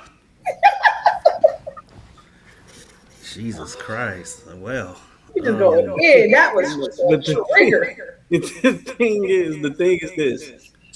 I told you 3 times that I'm leaving, and then the crazy thing is you didn't even see me leave, and you didn't realize I had left until you saw my jacket was gone. That means you were too invested in what you were doing at the end of the day. So you weren't even interested if I was there or not. And I was gonna bring that point up. So there was a lack of attention. There was a lack of understanding among both parties, her and him. But then also to even to assume just because she kind of to assume that that these other two people were her friends is also could be a stretch too. Like although you went over there, had conversations, had drinks, they could be accomplices, not accomplices, but there's people I know from around the way. Basically, Well, she said, well, in the story, it says that she told him, I have friends over there. Can we go and sit? Okay, so even if they are friends, I mean, to kind of leave her in the hands of friends, knowing damn well that you took her out, is poor judgment on him. You know, as men, it is our responsibility to make sure that. Again, we do come together, we do leave together, and if we don't leave together, my biggest thing is that you make it home safely. You know, like if God forbid if something was to happen to her, you know, a lot of arrows are gonna point back to me because I'm the one who was last with her, and I'm the one who took her out on a date. You know, so just being the gentleman that I am, I would want to know that you made it home safely, knowing that you had a lot of drinks, or maybe you even had a couple drinks. That you know. I was your driver, and everybody said I was the designated driver. At the end of the day, like I think you making it home would be the utmost importance to me. Secondly, why would you take her? Like I know we have a common interest in the sport, in sports and football and stuff, but why did we quantify this as a date? Like did we why are we taking people to the sports ball to watch football for first dates? Not saying not doable. But I think that well, that was one of their interests that they share. Yeah, but at the end of the day, I think that when you put people in certain environments, you get certain results from those environments. You know, I understand people find love in the strange. Hang up the phone with your mama, please. Oh, she ain't calling. But I'm not against people going on sports bars for first dates, but not my forte. I don't care if we bonded over Terrell Owens. Like I just think that if I want to get to know somebody, I'm not gonna take them to go watch football. Whether that's a comment again. So I kind of like if a girl said let's go watch football together, it's giving me buddy vibes. Is what I'm trying to say at the end of the day. It's not saying that I want to get to know you. Let's saying like I want to be your friend. Let's catch a game. Let's have some beers or drinks. It's not giving me like I want to get to know you. Like I'm interested in you in that type of way. Like it's cool to happen down the line, but as a first date, I'm not really feeling that. Really, that's not telling me that you're interested in me. So I have this. At what point do we hold her accountable for the shit that she does? Because it feels as though I get it and I understand y'all point of he shouldn't have never left her. But at what point do we hold her accountable? Because you were on a date with me. You left me to be with your friends. I'm telling you that I'm ready to go. I'm going to leave. I've asked you several times. You still stayed. You still ignored me. Then, not to mention, it kind of sounds like a setup that your friends just happen to be there the same day that you are on a date with this person. And then, if these are your so-called friends, why the fuck you had to take an Uber or Lyft home, and why couldn't nobody take you home? Because I know for me and us as friends, if somebody is stranded, ain't got a car, need a ride, we're going to do what we need to do to make sure they get home. She said an hour the other way. Wrong story. Say it again. She said an hour the other way. It don't matter. You went to go pick her up an hour another way. And if I'm your real friend, it don't matter how far away you live. Exactly. I'm gonna take your ass where you need to go. She's not in the clear. So let's not say that. No. But what I'm saying is the reason why I said that is because the chick called, will text him and call him this, that, and the third, and say it don't matter. She was having fun. You should have X, Y, and Z. At what point do you hold her accountable? Because several times you were told that we were leaving or I wanted to go, and you telling me it don't matter. She was having fun, and you should have just waited. That's not cool because you're not holding her accountable as well. I'm not talking about y'all, but I'm talking about That text He, message. he was That's gonna what I get said earlier he was gonna get a about- bad rap no matter what. Whether he waited, whether he left, he was gonna get the bad rap no matter what. Because then if he waited for her to stick around, if he waited around and waited for her to go home, then he would have been like some stalker weirdo because he waited all that time while she was in there with her friends. So I think no matter what, I get that. What I'm saying is, the person that texted him to say you shouldn't have left, you should X, Y, and Z, I would have asked him, well, why you don't hold her accountable for her actions as well? yeah. But at the end of the day, as men, we're held to a different standard. No. That's- I agree with y'all on he shouldn't have left. I agree with that. But I'm Yeah, but asking, why don't you hold her accountable for her actions? Very true, but at the end of the day, it's not about. Again, it will never go down about her actions. It will always go down as he was a gentleman that left her at a bar just because he was ready and he didn't want to be there no more. It'll never be to the point that they was on a date. She was having drinks. She ran to her friends, had more drinks, and he left because she wasn't ready. It will never be that. He'll never get painted as the good guy, no matter I know what. that, Even but I'm even speaking if in general. even if he said 3 different times that, hey, I'm ready to go, I'm ready to go, I'm ready to go. No matter how stern or how nice he would have said that, he will always go down as a bad guy. And yes, she does deserve to get some type of accountability towards the situation. But at the end of the day, it was a lose-lose situation for him, no matter what. I I'm think not it's more- saying that. It's a general question. At what point does she be held accountable? It's just a question. It's not even a question to be answered, really. It's just at what point does she get accountable for the shit that she's done as well? I know that the man is going to get the bad break. I know that it was wrong for him to leave. I agree with y'all on that. But I'm saying to the person that texted him on that, well, you should have stayed, you blah, blah, blah. You're telling me this. But did you get on her head and say the shit that you said, anything to her as far as, well, when he was ready to leave, did she tell you X, Y, and Z? It's all I'm asking. Yeah, But I think it was more so mentioned. It was mentioned earlier in regards to the friend though, because at the end of the day, it's like that's why it goes back to what I said. It's like it seems like she just has yes people around her, because it's even maybe a situation of, you know how you have those situations where I'm not going to check you in public, but I'm going to check you in private type shit. So she probably felt like, oh yeah, I'm coming to the aid of my friend just for the specifics of that part of you leaving her.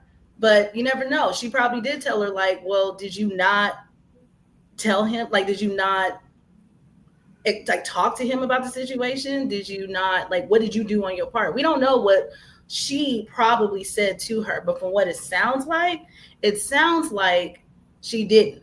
It sounds like she was very much on the side of, you left her, don't matter what the situation is, you shouldn't have did it, period, and not hold her accountable. But again, we have those situations where, again, you hold them accountable in private, but in public or in front of anyone else's face, you're going to have your friends back.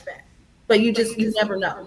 But at the end of the day, if Gerald and the professor, if Jay and the professor are hanging out, and I get a phone call from the professor and saying Jay left me, although she ran into Meech at the bar, Meech and Heather at the bar, I'm calling up Jay and I'm like, hey Jay, I just got a call from the professor saying you left her. Like, I'm not the fact that I'm maybe checking him about the situation, but at the end of the day, just knowing the type of guy Jay is, I know like he wouldn't leave me at a bar, and me and Jay don't have the same. We don't even like each other like that. We're friends, we brothers, but we're not lovers. So at the end of the day, I just know like if I know it's not Jay's character to leave someone at a bar, knowing they've been drinking, I would be calling Jay, be like, hey, bro, like, whether it was said the incorrect way or the right way, like, I wouldn't call the professor. I'd be calling Jay, like, hey, bro, like, I hear that you left the professor at the bar. Maybe I don't know the whole story, but explain to me what happened. Which means my next Which right? is and what If I they was are saying. friends and y'all hook them up, and I'm your friend, and you hook me up with her, right? Then I would assume you know my character. Absolutely. Right. But at the end of the day, like, full fledged without asking me anything is crazy. You just it very much is. But at the end of the day, I know you very well. I know you wouldn't even leave. I know you wouldn't leave me in a situation even when I'm wrong. Like, Jay would tell me, get in the car. Like, I'm not leaving you here. Like, perfect So- example. You had a flat tire at what time in the morning, and we all stayed on. my point exactly. It was good. My point exactly. So that's why, like, again, like, yeah, I'm not saying she doesn't deserve any type of accountability towards the situation, but I think the man will always get held to the highest stake And you're because absolutely right, and it's fucked up. But I'm just saying because you made a that's the only valid point. point. That's the only point I was trying to make. But that's what I've been saying the whole time. What I'm saying is this though, because you made a valid point. If I am a friend of a friend, right, and you hook me up with your friend, I would assume you know my character. So to just send me a text message like that without asking me what happened is crazy. Because you should know my character. You should know that I didn't just leave that person. It had to be something that happened for me to just go. I see what you're saying, but it's more so if this is a person that's in between that knows both people, then instead of you just automatically jumping on her side, and after I explain to you what happened and you knowing who I am and you still saying, oh, well, all that shit don't matter type of energy doesn't make any sense when you should know me. And you should know who I am. Like you wouldn't have done the hookup in the first place if that be the case. But I want to go back to the friend per se. Like, it didn't alert you once that they were hanging out at some point. Like it's cool. Like I would understand you running into a bar and like you want to say hi and whatnot, but let it be that and let them go back to what they was doing.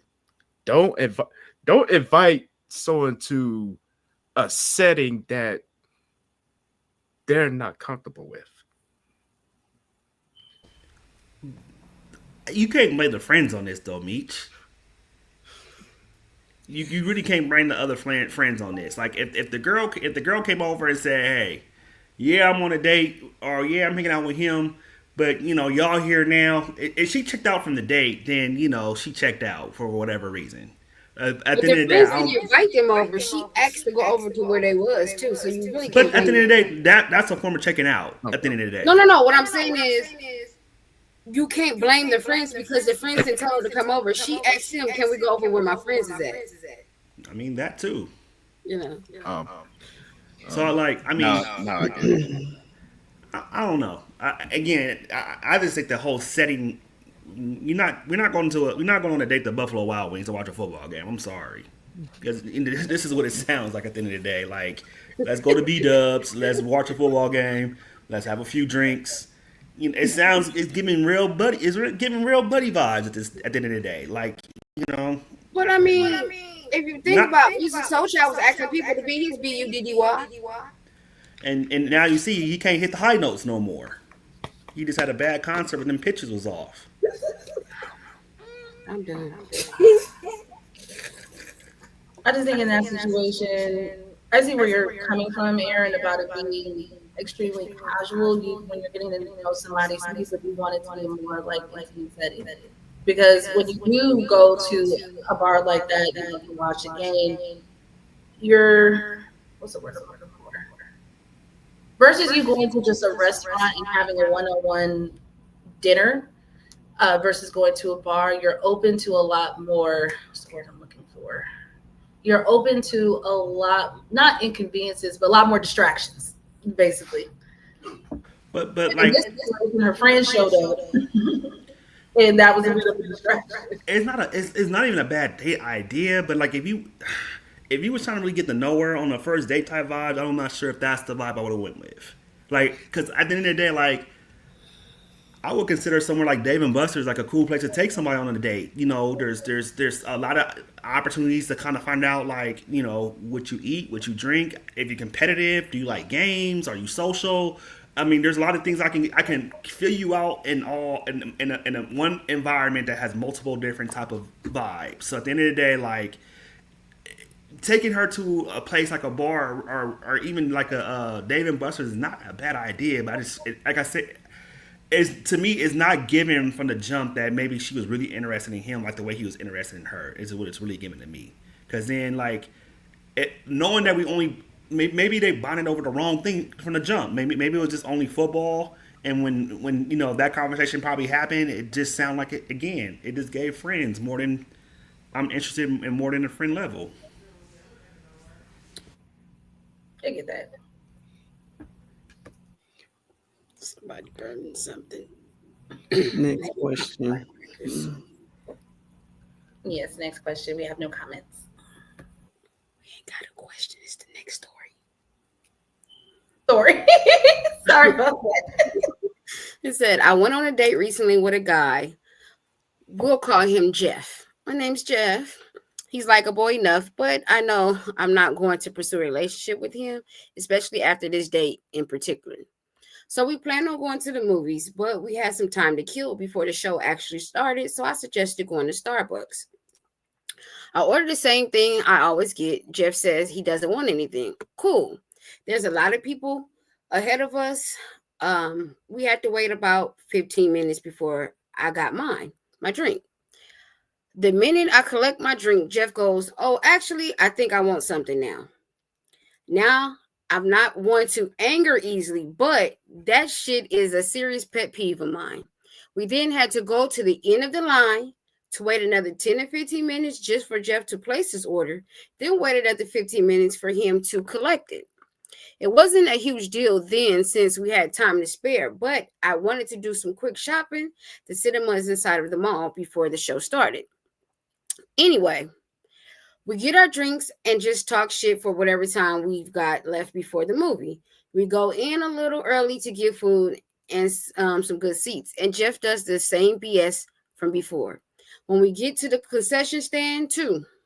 Okay, fine. I tell him we can wait in line and order his stuff for himself. But I wanted to go and at least get us good seats. He whines about needing help holding his food when he gets it. Mind you, I'm already wrangling my own tray of food as well as my bag and sweater. So I stay for about 2 minutes and then leave to go to the bathroom. He's whining the entire time when I get back about how long I made him wait. We finally get inside to the cinema. Thank God we were some of the first people in there. He tells me to pick seats.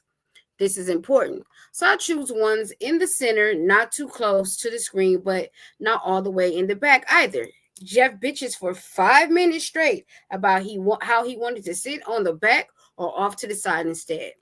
Then he gets all pouty and keeps sighing loudly every 2 seconds. And then he starts bitching about the people talking behind us. The movie hasn't even started yet at this point, by the way. What really annoyed me, though, was halfway through the movie, he starts taking off his hoodie. I figured he's probably feeling warm because I was definitely a bit warm myself. All of a sudden, he practically grabs me and tries to wrap his hoodie around me. I flipped. I pushed him away hard and said very loudly, "Don't touch me. I'm not cold." It wouldn't have been a big deal if he'd asked beforehand. I don't like people touching me, and I've told Jeff this numerous times before. I don't care if he thought it was a romantic gesture. It annoyed the hell out of me. Fast forward a couple hours, and Jeff texts me asking why I acted selfishly the entire day and telling me how I ruined our date. I told him he was being annoying and that I was irritated, not selfish. He said I needed to learn tolerance and that he was just trying to make sure we both had a good time. I left his text on read. Am I an asshole for this? Let me go first. Beats, you go first. Baller request. Go ahead, Beats. You already know what time it is. Yep. It's about 11:22. Oh, you about the sunglasses. Oh shit. First of all, bruh is a whole bitch for how he acted. Because first of all, how you gonna act more complaining than the woman? You bitch and complain about the most stupidest shit ever. And for the life of me, I do not get it. And honestly, she is not the asshole for that. Because don't no woman want to be around a whining, complaining, bitchy ass man. Oh my god! At this point, the world is fucking cooked. The world is fucking cooked at the end of the day, as far as dating is concerned, because motherfuckers don't know how to fucking act. Made you sound real angry. who are we in with these sunglasses on? Is my question. Are we I don't know. Stevie You was hitting Wonder? Stevie for a second. I was trying to figure I it was just out. saying, are we Stevie Wonder? Are we The Rock? Or like who are we with these I thought. sunglasses on? I mean, when he started, I thought he was Terminator personally. He was. Okay, so we got three different guesses: Stevie Wonder, I mean, Terminator, The I Rock. hit. He did one of these, and Stevie came to mind. Rhythm in the Sky. No, That's what was towards the Terminator part. no, these are the villain glasses Okay, All are wrong. for so what is that? for Morpheus. tonight.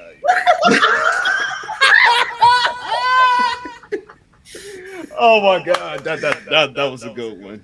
That was a good one. But That's no, my girl TT. Hey TT. Hey. but Don't let her cook you like that, Meech. Go ahead. Keep going with your rant, sir. This is your time to shine. but honestly, no, she is not the asshole because his behavior is so erratic and it was so minimal. Like you want to whine and complain, and you really doing the most stupidest shit to piss this woman off. I'm surprised she stayed that long. If I was her, I would have left like halfway through the movie. Like have fun, enjoy the movie by your motherfucking self. I would have moved away. It was like, look, I paid for this goddamn ticket. I'm gonna watch this damn movie, but I'm not gonna be near you doing this. You're not about to ruin my good time, because that's Damn. he was very like. My thing is this: I understood the gesture as far as the sweater thing, but if she told you already how she operates and you decided to do that anyway, that's a bit of a disrespect of her boundaries. And then also that's a big pet peeve. Like the fact that she asked you what you wanted and you did that shit twice before we even got to the movie of, oh yeah, you know what? Yeah, I do want this. And then you're complaining about people talking and the movie haven't even started yet. It sounded like the lights were still on. And that's what he was complaining about. I honestly think she saved herself a lot of extra stress dealing with this person. I think he revealed who he was during that first date.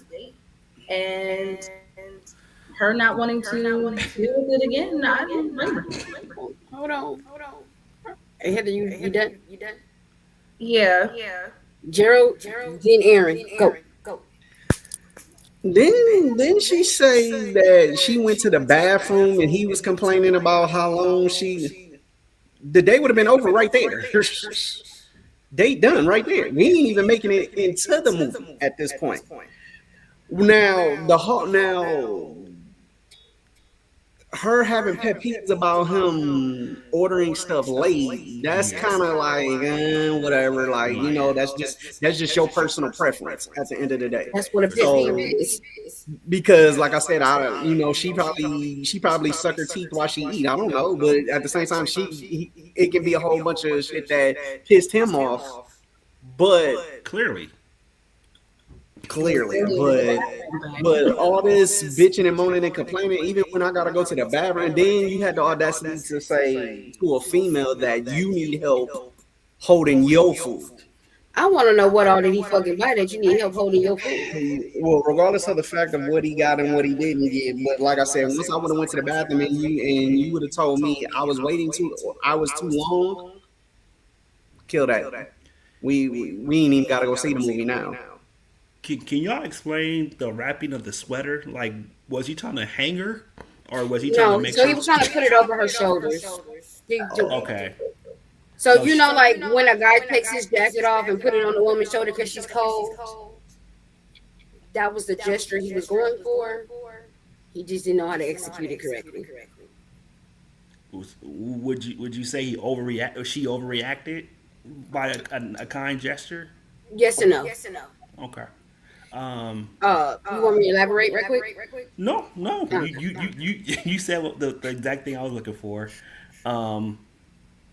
I think they both kind of crazy. He more crazier than her, but she got some nuts loose in her head too. For the simple fact that, at what point did you explain to him that you went to go shopping Like, don't you Oh, I think? forgot about that part. Like, at some point, like, I'm your date. I'm not your. I'm not. You're not my chaperone. So while I'm getting back in line for Starbucks, you could have went shopping. Like, hey, I'm gonna just go in the store right here real quick. You know, I'm gonna look around real quick while you wait. Since you didn't get your Starbucks in the very beginning when I got my Starbucks, like, we don't have to do everything together on this day. Like, if you want to go in the store and grab some things at the store, I can just stand in this line again for 15 minutes and then wait another 15 minutes for, you know, for them to get my Starbucks together. Or he wasn't even smart enough to be like, all right, well, since I want it now, let me just put in this mobile order real quick, and it'd be probably even faster than me waiting in line all over again. And what theater y'all still going to? Y'all not picking the seats prior to going into the theater? Like, is this Like one of 95 those again? old cinemas Some or people something. still do that. Okay, well, maybe I'm just being bougie because every theater I take my kids to, we picking seats prior to even going to the theater. So at the end of the day, If I don't like the Yeah. seats, I'm not going. and even when I wasn't able to pick my seats prior to going in, if we got into the theater and saw that there wasn't good seats left, I'm sorry, get a kids. Let's just refund. go back out to the ticket booth and be like, hey, there's no more seats left that will work for us, and they will be like, well, we can get, exchange them for this time, or whatever the case may be. Like, you're never locked in completely until you saw the movie completely. So I just think, yes, overall, this man, crazy, weird. All the nouns, adjectives, pronouns you want to put on top of this man's name, by all means, let it fly. But I just think that you wasn't too right either, ma'am. Like, maybe y'all do belong together, because in my opinion, she wasn't the smartest one out the bunch either. I feel I like. question. Oh, sorry. Go ahead. Go ahead, ask your question. No, I was just gonna ask. Do you think, because it happened twice, do you think it would have been still a big deal about the Starbucks thing if it didn't happen again at the concession stand? Like, do Well, you no, think she she was was easily annoyed she said the first time because that was her pet peeve. okay?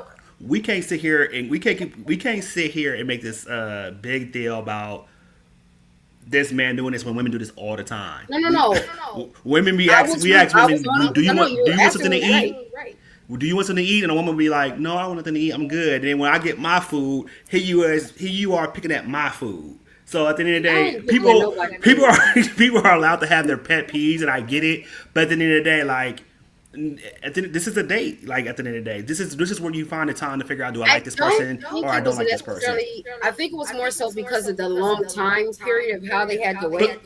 But Was the clearly, problem more so than the whole? But she said she was fine with it because they still had time before the they movie. had plenty of time, and they still was able to catch the movie way. They got into the theater way before the movie even started. Even after the back and forth with the Starbucks, even after them having to fumble at the snack bar, even them having to go to the bathroom, and allegedly she took a long time. With all this being said, they had plenty of time to get into the theater, and they still chose into his liking. She chose the wrong seats. So at the end of the day, it's one thing, like, if like the Starbucks or the snack bar made us like miss like the first 10-15 minutes of the movie, then like we're stuck with these seats over here in the corner, or wherever they at. But that wasn't the issue whatsoever. He bitched and moaned about everything. Okay, now my question is, did she tell him that that's a pet peeve of hers before they went out on this date? Again, it kind of goes back to my previous answer before. It's like, you're not gonna find out about every little thing about a person prior to going out on a date. I think that would be a question though, and while you're doing your checklist. What are your pet peeves? Yes. Yeah, I don't. Like, you're not gonna find out shit like, oh, do you write with your left hand on the first 30 days? But yes, you wouldn't want to know what a person's pet peeves are, or what's things that irritate, or what do you feel in your heart of hearts that you can work on as a person, because no one's perfect. I think pet peeves grows with different individuals at the end of the day. Of course, but I'm just saying, I would say that I would think if you were courting someone and trying to get to know them, you would want to know what their pet peeves are. In general, you're absolutely correct. But me getting to a date and finding out that, like, hey, I don't like the fact that I stood in line for 15 minutes and asked you, did you want some Starbucks? And you said no. And then when I finally get my order, all of a sudden your answer changes. I don't think that would have been her pet peeve previously, but now that I'm in a situation with you, this is a pet peeve of mine's now. At the end of the day, I don't like the fact that I asked you, and now you have a change of heart all of a sudden when it's Well, maybe that caramel macchiato looked good to him, and he wanted one now. He didn't want one at first. I mean, It's, but also, it's times where that happens.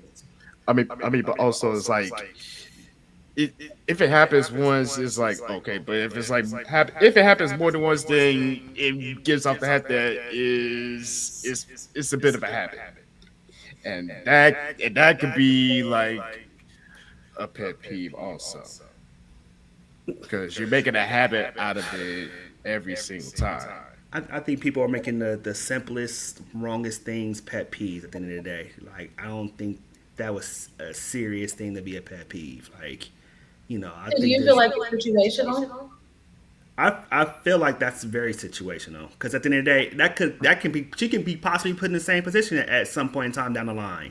And I use a common example of, a guy might order food and he asks her, do you want something? And she would say no, but as soon as his food comes, she's picking at his food.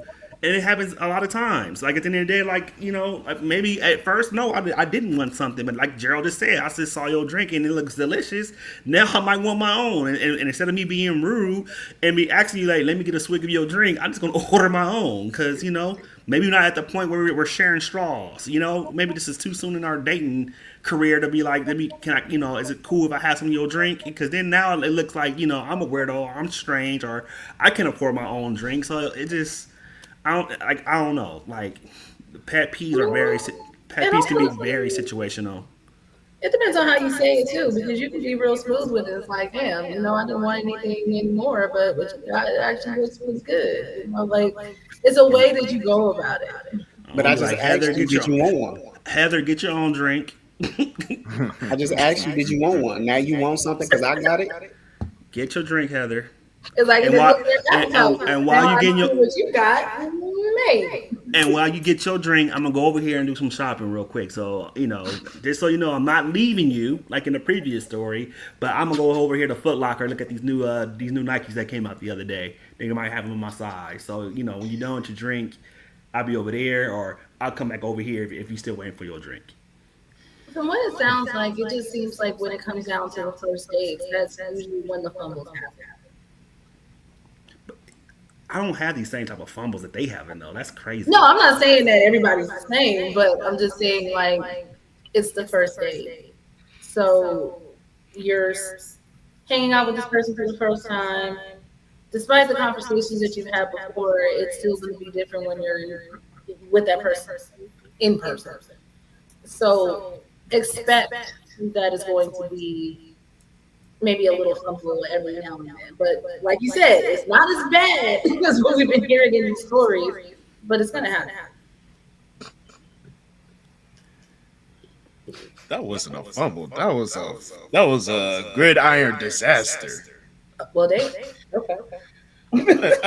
At this point, bro, your sex and love life is gonna be ass for the rest of your life, and you might as well become a eunuch at the end of the day. What does this man's sex life got to do with him I was about on to this say, date? on one date, my sex life is going to be trash for the rest of my life? Oh, my goodness. I don't like this version of Morpheus. You've been on one tonight. I don't know what you had prior to the show. You really red pilling it, ain't you? Man. But I'm just fucking with you, Meats. I'm just fucking with you. I know. I love the energy, though. I love the energy tonight. So we can move on to the comments if everybody's done with their synopsis. Tonda, she's in the building. She said she's dating a toddler. And like you said before, she called me Morpheus. And then she goes to say, hey, bro, I'm just playing. I love y'all. And then Zakia is in the building. Hey, Z. She says, hey, ETR, my bad. And Tonda said, laughing my ass off, no, I was just joking. We know. It's okay. Oh, He he knew about he to be knew what he was Morpheus doing. He for put the them glasses on, so it's all yeah, good. yeah, he knew what he was doing when he put them glasses on, so he knew he was gonna get it. So Y'all ready? Ready. Okay, this one's called Split Check. I had a date with a girl. We had been messaging back and forth for a couple of weeks, and I said we should meet and get to know each other. She agreed, and we set a time and a place. We met outside and made our way in together, making small talk. We got to our table, and the conversation flowed. It looked like it was going good. The topic got on to previous dates we had, mainly the bad ones. She said she had quite the bad luck with dates and guys being only after one thing. That's what she fucked up at. She then made the comment, I hope just because you're buying dinner, you don't expect me to sleep with you. I was a little taken back. Hold on, fellas, because this is going to be a good one for y'all. I was a little taken aback with that one and said, no, of course not. She just rolled her eyes. We got back to normal conversation for a bit, but I have to admit that after those comments, I was put off. The date carried on, but the vibes was dead, and I wasn't interested in seeing her again or carrying on any kind of relationship. When the check came, I put down my card, and the server bring over the machine. I gave him my card and said to split the check. She looked surprised at me and started to reach for her bag. She asked the server if he could give us a minute. When looking at her bag, she angrily said, I thought you were paying. I kind of sarcastically replied, just because I asked you out, you shouldn't expect that I would buy you dinner. It looks like you killed it. Um, it's kind of weird. Looks like you killed it. I'd be dead. If looks could kill, I'd be dead. She mumbled that I was an asshole and pulled her card out. We left quickly after that and went our separate ways. I told her friend this, and she said I was an asshole for doing that. As I asked her out, I said I just followed her rules by not to expect anything. Am I the asshole here? I knew y'all would like it. I knew y'all would fucking like it. That's why I said, hold on. He was an asshole. He was just petty. Yeah, I bet you he a Virgo. Oh, might have been. Oh, I don't think he might have been.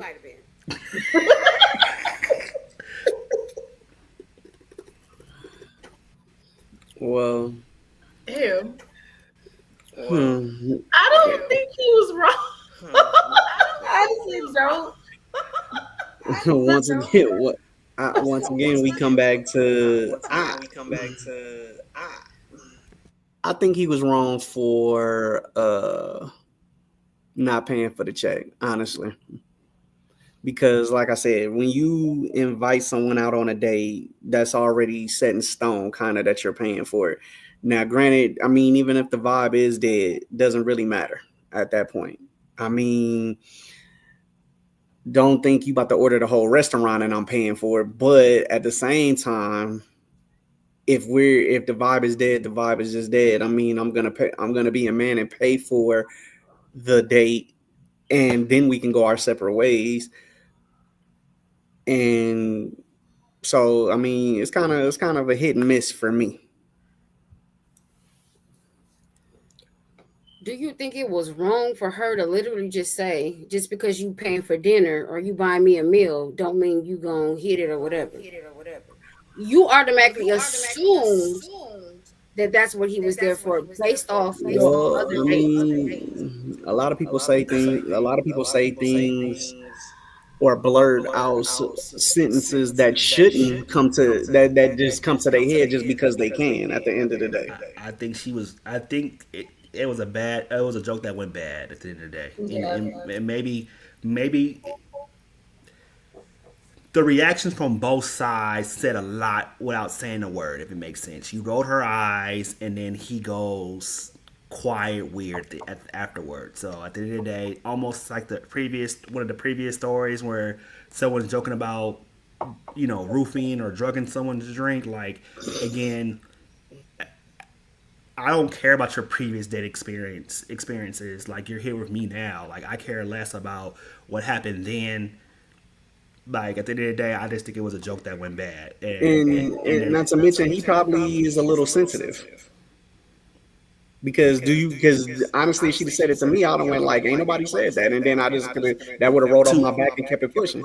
But like, yeah, okay, I agree with that. To assume that I thought I was gonna take you home and smash after the day is a bad assumption and a bad joke in the same sentence put together.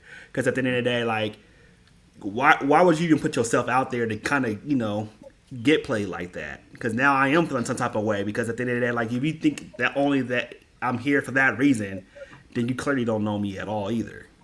And I think that's where the point is. You want to get to the point of the date is getting to know someone. So even though your reasoning for saying that is based upon previous situations that you've had, you're still on a date with a brand new person.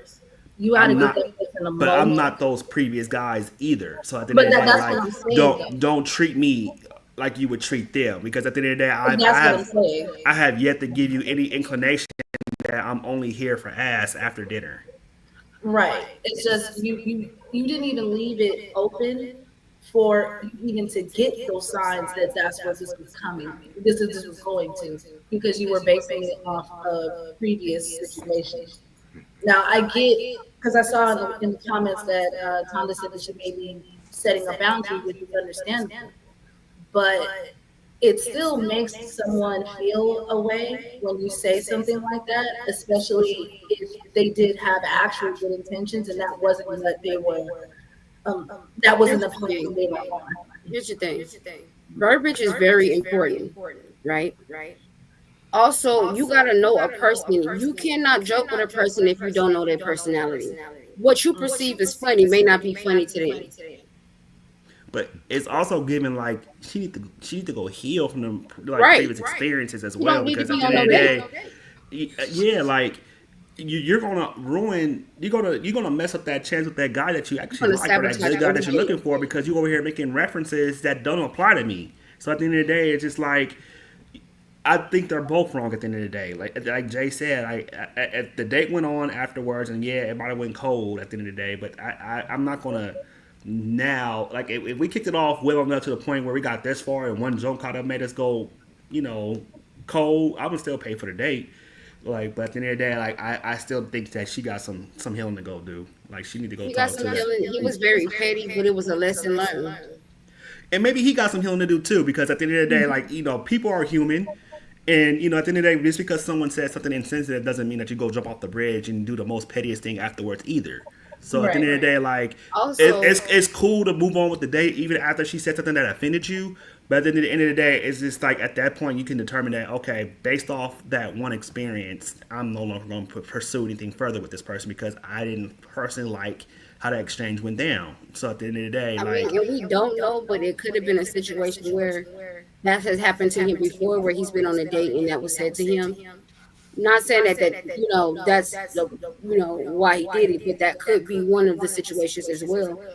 That's why I said verbiage is very strong. You got to understand that when you are joking with a person, you got to understand the person's personality. You can't joke with everybody, because everybody's not going to perceive your joke the same way. Well, if he took it that bad, then he needs to go heal his damn self as well. So I just think that sometimes it does pay to have a sense of humor, but I just think that saying certain things is not appropriate in dating etiquette at the same time. So like, I think like you saying, verbiage is very important, but nothing should. I ain't gonna say nothing, but there's something that shouldn't be said, and there's something that shouldn't even get underneath your skin at a point where now the conversations are now over at the same point. Like, if we can't joke and have a good time and feel like, I'm getting to know you, getting to know me, I'm throwing jokes, you throwing jokes back, like, what are we doing? It may be a trigger for him. Evidently nothing. Clearly. And clearly, I'm only going to pay for my half of the bill, too. But I do. You putting out assumptions like that. But, like, like, someone making that joke wouldn't make me want to be like, okay, I'm paying for my bill only. Like, I'm like, all right, maybe I took it the wrong way, maybe I didn't. But at the end of the day, it still wouldn't make me want to go to the point where, like, I'm paying for my own meal, I'm leaving somebody, without them having a way home. Like, I just think that it was a little extreme on his part to be like, yeah, I'm not paying for your bill. You can pay for your own bill. It's like I a mean, silly- me personally, Silly of her to I even wouldn't go after silly of her to even be out there expecting him to pay too. Like I think that notion got to stop as well. Like if both of us are not prepared to pay for a date, then we shouldn't be on dating. it. Exactly. that's when you reschedule that shit for another time where you can afford. But I just think that her comparing him to other dudes was completely foul as well. Because, like I said, if he started comparing her to other females that he has dealt with in the past, she'd have took it the wrong way as well. Like, let's just say for the simple fact that he had an ex that talk reckless out the side of her mouth or whatever, and he started to treat her weird because he saw his ex in her, and then she would have possibly had the date could have also went sour. So the comparing of other dates and other people that you have come in contact with, to me, just because you feel a certain way is completely wrong as well. And She can I? was a fucking idiot for that. I'm sorry, but I'm not like the last dates that you've been out with. So to compare me to your past dating experience is bananas to me. And if you're giving off that type of perspective, then why the fuck am I here? That's why I feel like for him it was a trigger because I've had conversations with men before about how they feel with women feeling a certain way about them based on previous situations that they've had with other men. Like I had a conversation with one of my friends and he literally said, I feel like it's fucked up that I have to pay for the crimes of the other men that this woman has talked to just based upon that, and you don't even know who I am. So I wonder with him, maybe he's went through that before, and or maybe he's went through it a couple of times, and then this time it was just like, all right, you know what, fuck it, I ain't even gonna pay for it. Not saying that it's right because it's not. I still do agree with you guys. It's like at the end of the day, if you did invite her out, the most you can do just pay for it and then be done. Don't talk to her no more. That's it. It's a learning experience. Move on. But for some men, that is very triggering for them when they experience that. Or a conversation could be had about it when y'all both get in your respective homes at the end of the day. Like I didn't appreciate X, Y, and Z, and she can put her feelings on the table, and then maybe y'all can come to a happy medium and try the date again. Because before the comment was made, everything was going smooth. We gotta stop the notion too that men expect sex at their dates too. When women kind of want this same notion just as much as men do in 2025. Like at the end of the day, we gotta stop that. I think that's a bad rap that men get. I understand why, but at the end of the day, we're not gonna act like women don't actively want sex at their first dates too. Like Especially if you vibing with that person. leave it at that. But I think also it needs to, on this in the same breath, it also needs to be told to women that if they do want that, that's perfectly fine, and it doesn't make them a hoe or it makes them promiscuous. Because Are there we? is that notion out there too that, oh, if you just give it up on the first day, then that means you must. But be are we passing that same notion off the men too? Or are we just passing that emotion off the women? No, Is it that's one of in these? general. That's just Okay. in general. That's what I'm saying. Like all of Thank the what I'm saying. Okay, maybe that came off as me just saying it's Yeah, it that, did. but what I'm saying is you can't. Okay, we can't sit here and lie and sugarcoat and say that it's not a bigger stigma on women because we're supposed to present ourselves in a particular type of way, and then for men it's just. But it's fucked up to say also for men it's just known because they're supposed to be sexual. It's fucked up on both sides. And thank you. So I'm glad you walked yourself through that process Yeah, because at yeah. the end of the day, like I do get it. Women are pitted as all the different names that you have said if men is paying for dates and they give up on the first date. But in the same token, you know, the greatest guy, the greatest gentleman, the guy who opened the doors, the guy who walks on the street side, he walked on the inside, the guy who again, bringing you flowers, the guy who that does all the right things, gets asked a question, if he's paying for the first date, are you expecting an ass afterwards? Like, I just think that's a false.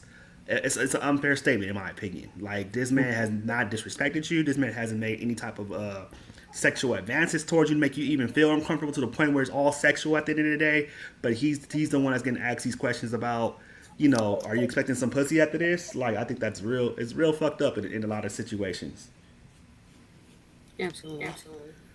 Motherfuckers are going. Well stated. Let's go to the comments. Yeah. Okay. Alrighty. Tonda said, no.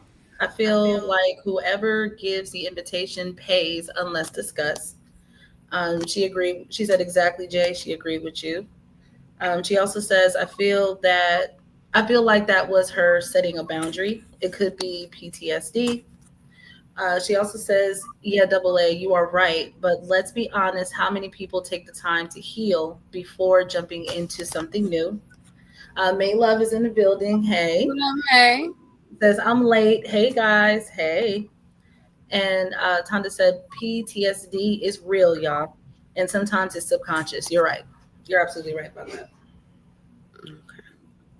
This one is called Stranded. So last weekend, I went out on a Tinder date with a girl who I've been chatting to for a while.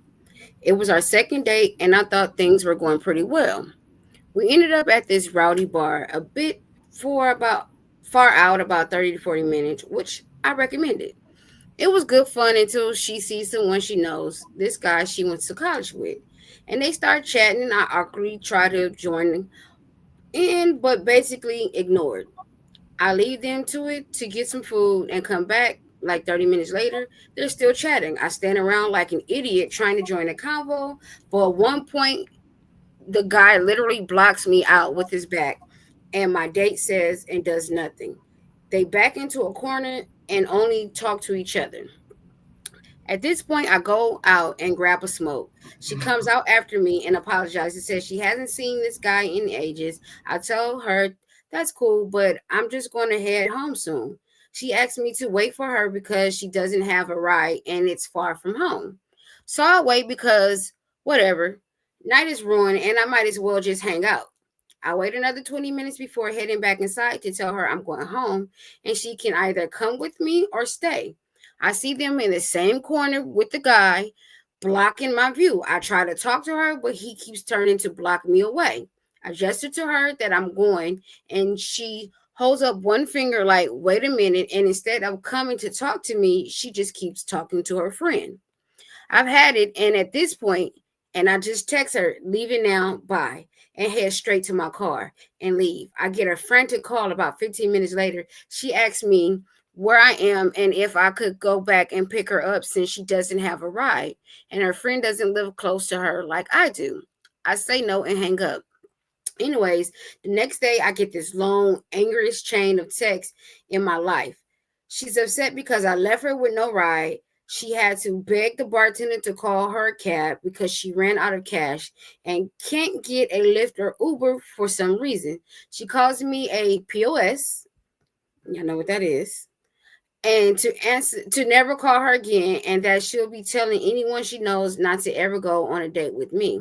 My roommate and his girlfriend both agreed that the girl sucks, but they think I should have just waited longer and made sure she got home. And am I the asshole for what I did?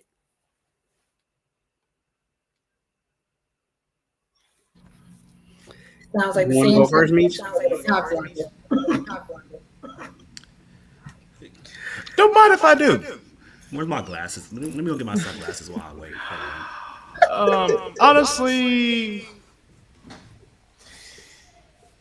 the evil side of me would say no, he is not the asshole because like you clearly see like my view is fucking blocked at the end of the day. I'm steady trying to get your fucking attention. Like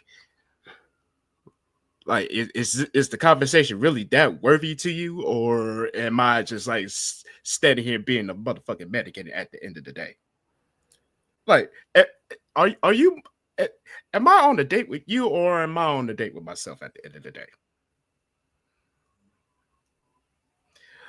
I mean, if the conversation is so engaging with your friend, then you know what? Stay with your friend. Stay with your friend, and I'm gonna be that way. Meech, real quick, Meech. The way you wild out on that first story is the way I need you to wild out right now on this story. And I promise you, I won't have no backlash when it comes to how you wild out. Let's start again. Oh, Action. oh well. That's the PG version. Here we go. Oh, that's the PG version. The rated R version is pretty much fuck you, have a nice life, and may you live the rest of your life in crappiness and piss. You might as well just said shit. So, and the fact that you won't leave me like elongated text messages, I'm like, okay, I got a 4-page letter of angry words on my phone here. Oh, okay, so I might as well add this to the block list.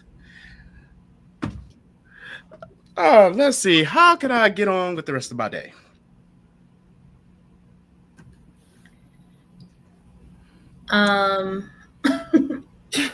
So the difference between this situation and the last one, he actually made efforts to tell her that, hey, either I'm going to leave, like I'm leaving, either are you coming with me or no. The fact that she did this and not even had stepped to the side to talk to him, it was just a hold on, I need to finish this conversation over here, even though you're on the date with him, is so like there are so many fucked up things in this situation. For one, you were on a date, even though you didn't see that person, you haven't seen that person in a long time. The most simplest thing you could have did was, hey, I'm on a date right now, but let me get your number. We can get, we'll talk a little bit later, or type shit. If that's a friend. No, listen, if that is a friend, that is how it should be handled, because you were on a date, not you sit here and talk to him the entire motherfucking time while you're supposed to be on a fucking date. And yes, I'll go even further to say maybe she shouldn't even have done that, period, because she was on a date. But if that is really an actual friend, that was the way that you were supposed to go about it, not sit here and have a goddamn conversation the whole night and ignore your date. Not to mention, as soon as you seen that this motherfucker was trying to block your date, that should have been like, you know what? Let me remove myself from this situation, because clearly now it's showing that you're just trying to talk to me and that's it, and you're being rude to my fucking date. You need to go. Like, there were so many other ways that she could have handled that situation, which she didn't, which in return, she got left. But I also want to point out, like, bro was a whole bitch for that. Bro was a whole bitch for like not even correcting old boy for like, oh, you're in my view, you're interrupting my date at the end of the motherfucking day. Like both of them. That's why I say the whole dating world is cooked at the end of the day. It is fucking cooked. Because motherfuckers don't know how to act or behave while on a date.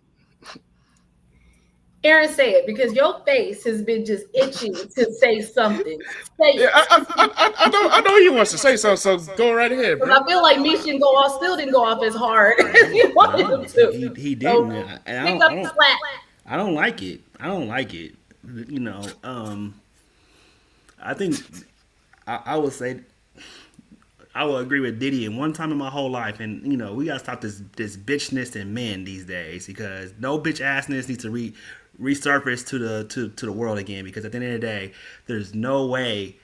And like, I understand why women are so strong nowadays, because I don't think men do a great job in leading. Like, where was your real backbone at when this man decided to crop you out this conversation? Where was you grabbing your date by the hand, like, excuse us, we're going this way, have a good day, sir? Like, I wish a woman would get someone else's phone number while we on a date together. Friend, old friend, Fuck no. I You did better. say that You, that might no, not no, no, be- no, no. that might I be right either. no. Not on my watch. Find her on Instagram after we off the date, because ain't no way we on a date together and you over here getting an old friend's phone number. Not on my watch. I don't care how you guys want to pay me tonight, but like, it's disrespectful as fuck. It's disrespectful to me, because if I was a pull out my phone and get a girl's number who is quote unquote an old friend that I kind of X you out of conversation, allowed the girl to turn her back towards you and disrespected you to the highest degree, and I turn around and you and ask for her phone number, as you said, you will feel some type of way. So I just think that, sir, take your ball and go home. Ma'am, you deserve to get left. I don't no longer care about your safety. As Meech said, your safety can go here, because at the end of the day, I'm no longer responsible for the shit, because he's your new date. Like, I would have been walked away. Like, how much more disrespect can one take before they feel like they no longer exist? She would have been blocked before I even left the restaurant. I'm not waiting around till Monday to get no long chain message from her. Like, in closing, I'll say this: people will only treat you the way you allow them to treat you. And I think this man allowed this woman to treat him to the most disrespectful degree possible. So the fact that she got away with it and she was still able to text his phone with some weird message after the fact, you deserve that, sir. Moving forward, be a man. Don't allow shit like this to happen in your life. And when you see shit like this starting to happen, put your fucking foot down. Be a man. Put the gun down and fight like a man. Can I make one point? And this is crazy. You call me frantically saying you need a ride home, and if this motherfucker live further away from you than I do, which means you held a long conversation, you know where this motherfucker live, and you fucked up our date, and you had no ride home, and then he couldn't give you a ride home, and you know where he lived. That means y'all had a whole deep conversation of where he lived. So that was more just on some friendship shit, especially when you're cock blocking on a date and you see me and you doing what you're doing. Bitch, you can go to the deepest parts of hell, as far as I'm concerned. But you blocked me, and I know who picked you up, but the nigga ain't got no money to send you back home. So you blocked me for a broke nigga? Say the word for me, because I don't want to say it. Say the B word for me, Meech. Bitch. Thank you. You can go to hell. Like, I'll be like still starting like this. Bitch. Fuck you. Fuck the nigga that didn't want to give you a ride. And then, like y'all said, you a whole ass motherfucker, because guess what? A real man would have been like, hey, bro, I don't know what this is, but you gotta move around. After that first block and she didn't do nothing, I would have been gone. Quick. Facts. I'm not sitting around waiting and all this X, Y, and Z. Then the fact that you tell me to wait, you do that. I go outside, take a cigarette break. You come outside, whatever. I go back in there. Like, you back in the corner with this motherfucker. Why y'all in the corner? What do y'all need to talk about so private that you need to be in a motherfucking corner? You give me the figure like this is really you giving me the figure like this. Facts. Exactly. So you just put the wrong finger. But the moment you told me this is the moment I'm saying, you know what? You have a great life. That's what this finger means to me. Enjoy yourself with old boy, and you do whatever the fuck you want to do. But bitch, you ain't doing that shit with me. Meech, I need a little bit more enthusiasm in your bitch next time. Because I'm telling you, Meech, the way you went off on that the other story, I was just like, I don't know this kid no more. This is no longer a kid. This is a grown man. I'm a grown man. Let's go to the comments. No, Jay. We ain't gonna skip around as if you just give your synopsis. Hold on, we ain't going to no comments. I didn't say nothing. No, you didn't say nothing. You've been looking crazy and laughing, and you put your head down. We're not gonna skip past you, sir. Please. Okay.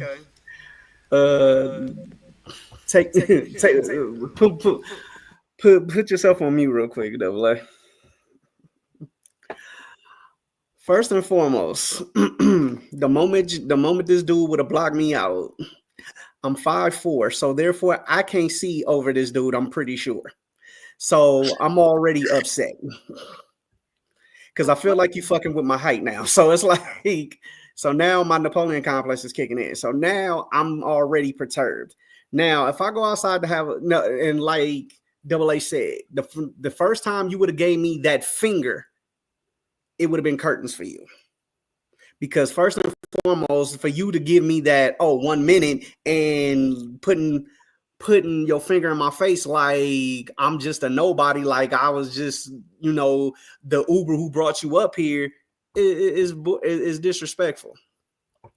So quite frankly, you would have not, I don't even think you would have even, we wouldn't even have made it to the smoke break in that story. Facts. I would have been gone already, because she had what, 3 or 4 times he did that shit for her. No, exactly. So with that being said, and then like Double A said before, you getting a number while I'm right there is the ultimate disrespect. Because if the roles were reversed and you saw me getting somebody else's number while you're on a date with me, you gonna be looking at me crazy, because it would have been like, it would have been a whole nother, it would have been an argument basically. Especially when everybody got Facebook and you know my motherfucking name and you can just hit me up on there. That's all I'm saying. Social media is a motherfucker. Right. And I'm pretty sure that you claim you ain't talked to me in years, but I'm pretty sure you done seen my Facebook a time or two. Or you done seen me on Instagram a time or two. So you have some form of communication with me. So as I stated before, I'd have been gone before that smoke break. Far as this text messages that he got from her, I just would have replied with K and watch her kill herself. Hey. Watch that word. Not literally. Unalive herself, but and then she would have went like, I kill you, I'll do this to you, I'll do that to you. Smiley face. Oh, you gonna sit up here and play with me? I'd have just antagonized her at this point. See, if we would have had iPhones, like if they both had iPhones, I would just easily blocked her right as she's writing. It never would have went through. Would have pissed her all the way the fuck off. Yeah, but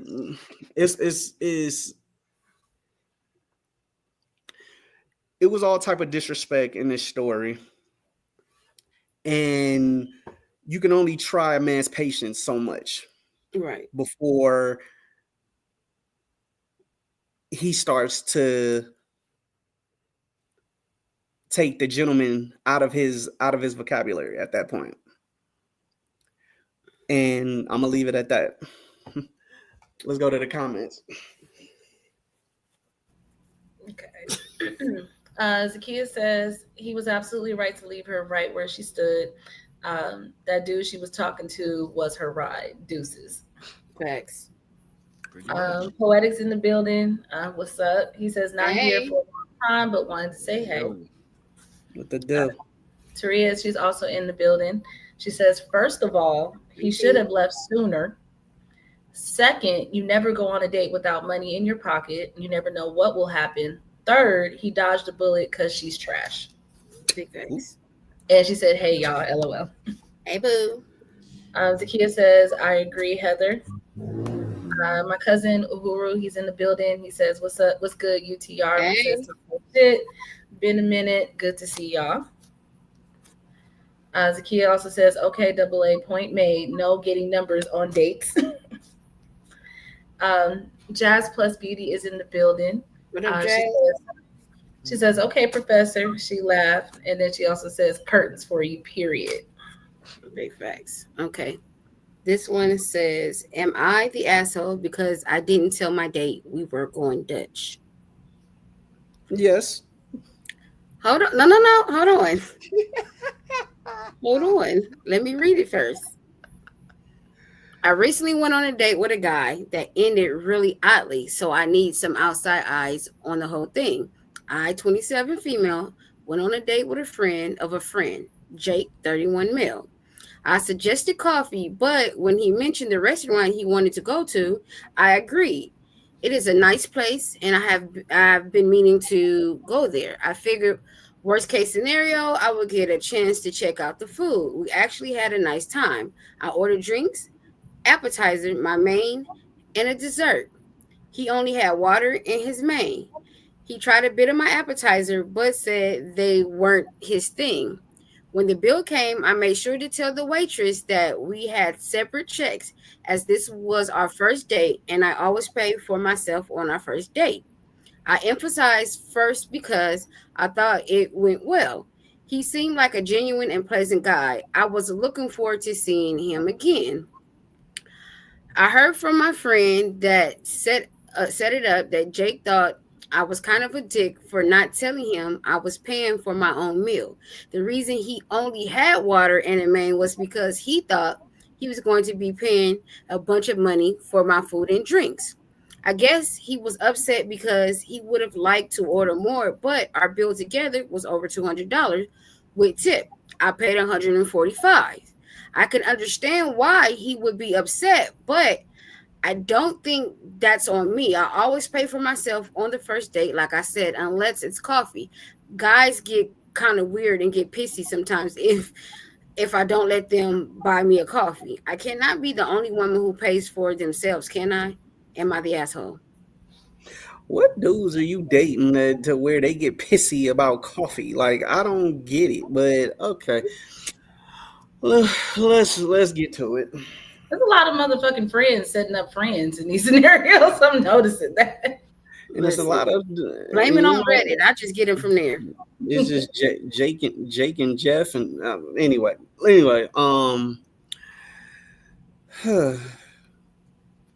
I never seen a man complain about a woman paying for her side of the date. I've never seen that before, so I am very shocked at this point. And who gives a shit that you didn't get everything you wanted on that date, bro? It's like, get over it. Like, okay, you had water, so what? It's healthy. So yeah. Oh my god!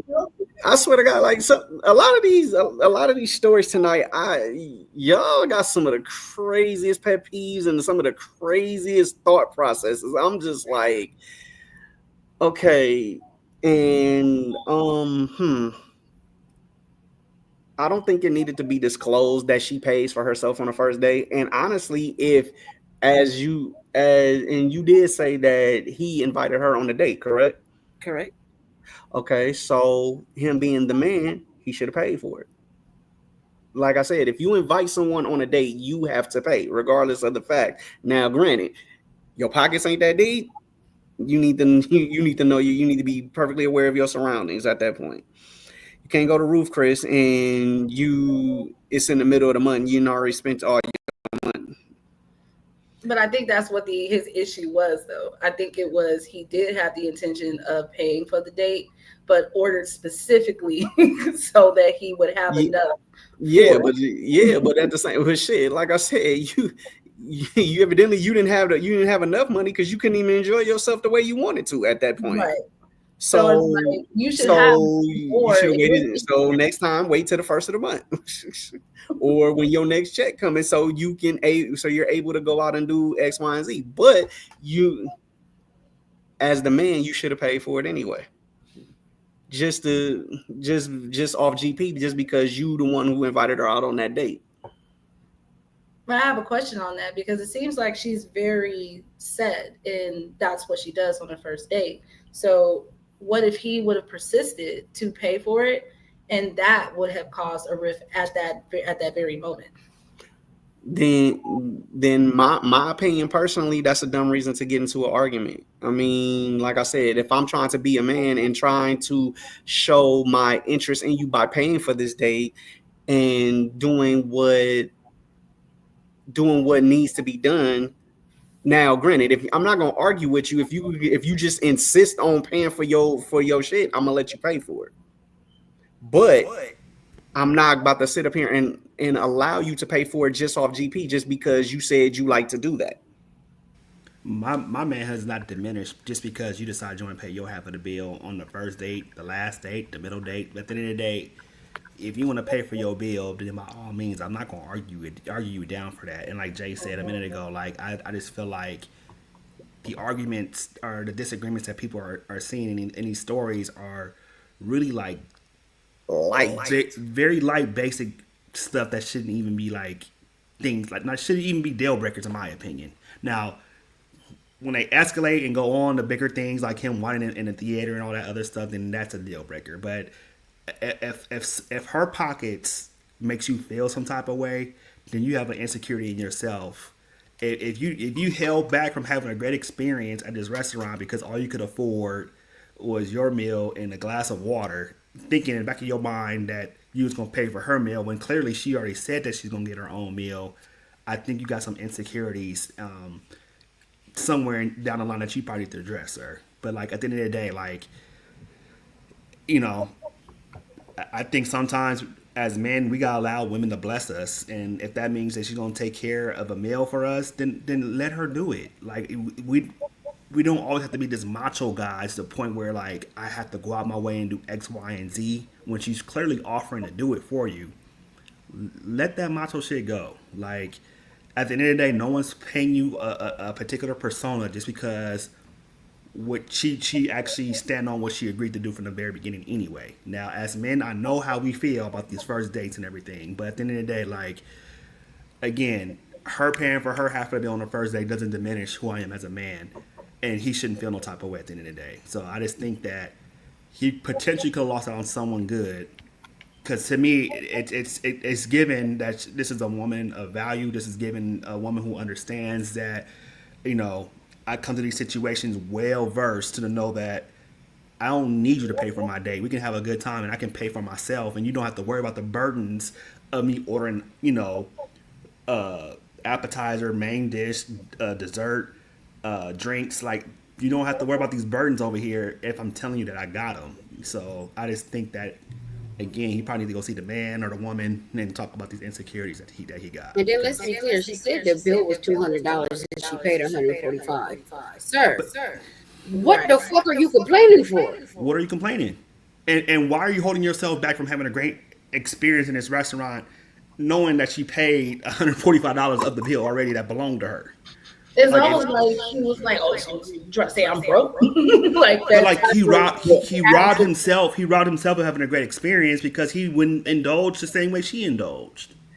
But that's your insecurity, though. But that's your insecurity at the end of the day. My point exactly. Agreed. So you gotta be able to look past that at the end of the day, because like Dole said, you possibly missed out on someone good because of your insecurity, because you felt that you had to be macho. Now, granted, I don't think paying for a date, your first date, is macho, but I do, you know, but getting in your feelings about her paying for the date is crazy at the end of the day. So I'm just gonna say that yeah, a lot of these stories and a lot of these communication problems and way people are going by dealing with certain aspects, this shit is light at the end of the day. Like a lot of people need to grow the fuck up, honestly. Because it's a bunch of immature people in this world, and they just so happen to go on a lot of dates. Man, I'm like this, man. For bro in this story, man, go see a fucking therapist before you go out on a date again. Because right now, you made a whole big ass tangent over bullshit at the end of the day. If a woman is basically covering more than half the fucking bill, then why the fuck are you complaining? What? Just why? Just why? What is the fucking point? Like, it's just enjoy the date and shut the fuck up. Oh man, a lot of these mother, a I'm lot of these sorry, mother, it's just the a lot, coming close to the camera part. it's a lot of these motherfuckers in these stories that they balls haven't dropped yet. Oh, Damn. Yes, I fucking said it. You'll I don't, never I don't lie. give, I don't give a damn how anyone feels about it either. That's clear. That's clear. I Yeah. don't think. Go ahead. Go I ahead. was just going to ask, was everybody done? But you finna speak. That's why I stopped. I was about to say, Meech, I don't think it ain't the fact that their balls done drop. It's just the fact that you're attracted to a woman that you trying to fuck and you trying to be on your best behavior at this point. Now, granted, you shouldn't let that particular shit you shouldn't let that in particularly change the way you act as a man in order to be that way, in a sense. Like, I don't know if necessarily everybody needs therapy, but at the same time, yes, there are a lot of insecure men when it comes to situations like that. What do you mean by best behavior? Like, why did you drop that But word? what I mean is that how you said in the other story, people are showing their representative. Okay, but in this story, me holding back, like me ordering one dish and one glass of water, that I wouldn't like classify that as best behavior. You kind of shot yourself, not you. He shot himself in the foot, and to me, he probably looked either financially he didn't have it, or he looked He's like a financially clown. restricted. It, he looked like a clown by holding back in the situation because she said it sounded like from the very beginning she said that she got her own no matter what. Like, we go on this day, but I got my own bill. So it just like it sounded like you came to a day with $50 in your pocket because your bill was $45. Well, well, the thing, I wasn't referring to him Okay. in particular. I was referring to what the comment that Meech made. Got you. All right. So Fair yeah, enough. Fair enough. let me clarify where I was coming from when I say be on your best behavior. Yeah, I got you. I say But yeah, this. If you're going on a date, especially to a restaurant like that, and y'all say this is restaurant or whatever, at some point, if this is what you suggested and you know how the menu looks clearly, you should have enough that would pay for your bill twice. Even though you're not going to spend that. Only because you really don't know what you're going to get. You don't know what she's going to get. You don't even know she's going to spend that much. But at the end of the day, you should limit yourself to having a great experience while somebody else has the experience on you. That's crazy. which is why I went back to saying, go ahead, Heather. No, it was just quick. The point is to be ready for any and everything. And that's my point. Like, if you suggested the restaurant, you should already know what The price point is. exactly. And knowing that it's a possibility you could spend this much. Now, you're hoping that you don't spend that much, but if it goes in that realm, you should be able to say, I got the funds to take care of this. Now I can't get them shoes that I wanted now because I done spent too much on this day, because she got a 3-course meal and X, Y, and Z, but we had a great time at the end of the day. So before you be relieved that you didn't have to spend that money. but now he feels he looks like he's broke because he only paid $50 for something. How you feel? Now, like A said, that's where he shot himself in the foot, because you had $50 worth of food. He was gonna pop some tags. He only had $50 in his pocket. I had this song for you. Honestly, it's an assumption to think that he only had $50 in his pocket too. Though at the end of the day, we saying this because that's all he ordered. But at the end of the day, like, why did you hold back? Knowing, you want to experience it. Yeah, you was only gonna pay for what you order basically. So it gives that, but like, I'm not, God forbid that he did only have $2 pocket. It's too late to order shit now.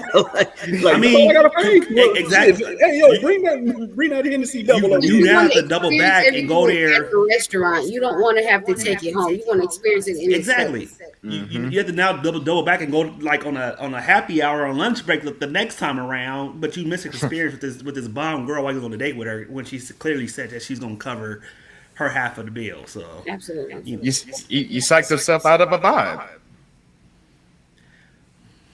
Agreed.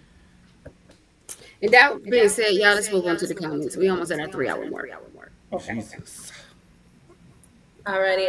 Jazz Plus Beauty says, "Oh, this is in." I'm sorry. Let me read it right. Okay. You Oh, this just is say in Jazz. reverse. I'll just say Jazz. Okay. She says, "Oh, this is in reverse of what I thought it was. She's actually a great human, but also teaching guys we don't want to be paid for on the first date." And yeah, I do. She also says, "Yeah, I agree with Jay. So maybe she should have told him as a date was starting. Hey man, I'm finna eat. I'm finna eat up some ish up. I got myself this time." She also says, "I think proper communication would have resolved all of this." And she also says, "Exactly, double A. I agree with you. I never want to burden someone financially, and that's me being kind. I like to live a certain life, so I should be able to finance it." Facts. Uhuru says, "When my wife and I started to date, she used to take us out on dates. At first, I used to feel some type of way, but like double A said, would say I got over it and allowed her to bless me. I ain't tripping no more, LOL, and we're married now, and she's still taking us out and paying for it when she wants to. Just a boss lady, LOL." Hey, ain't nothing wrong with that. I love it. All right. I think we got to cut Oh, it out. and with that being said, people, we have come to the end of Talk Your Shit, the Reddit files. And I'm just going to send it to Heather B. Thank you, everyone, for tuning in tonight. Even the late stragglers, thank you so much for coming in. We did go over a little bit longer just to give you guys a better opportunity just to hear more of the story. So thank you so much for tuning in with us for this late. Truly appreciate each and every one of your comments, your likes, all of the love that you show us. We will always appreciate it. Make sure that you do follow us on all of our social medias, TikTok, Instagram, YouTube, and Facebook. We do have a lot more shorts that are listed on YouTube if you want to check those out. We are slowly building on Instagram as well as TikTok. But if you do want to just take a quick look, you can definitely check us out on YouTube as well as follow us on these platforms as well. As far as my final words, dating is hard based on these stories and even other stories that I've heard, story times that I've seen like on TikTok. At this point, dating is not for the weak. The only thing that I would say for the ones that are still out there and still, talking to people and getting to know people, take your time.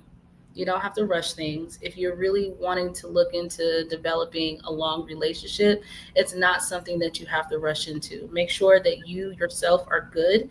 You have went through your proper healing and you've went through any kinds of questions that you have to ask yourself before you bring yourself to be with someone else. Always make sure that you're taken care of before you get connected with somebody else.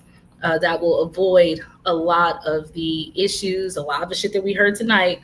It will help avoid a lot of it. Not saying that you won't avoid everything because that comes with the territory, but the unnecessary things will be avoided if you take care of yourself first before you get connected to somebody else.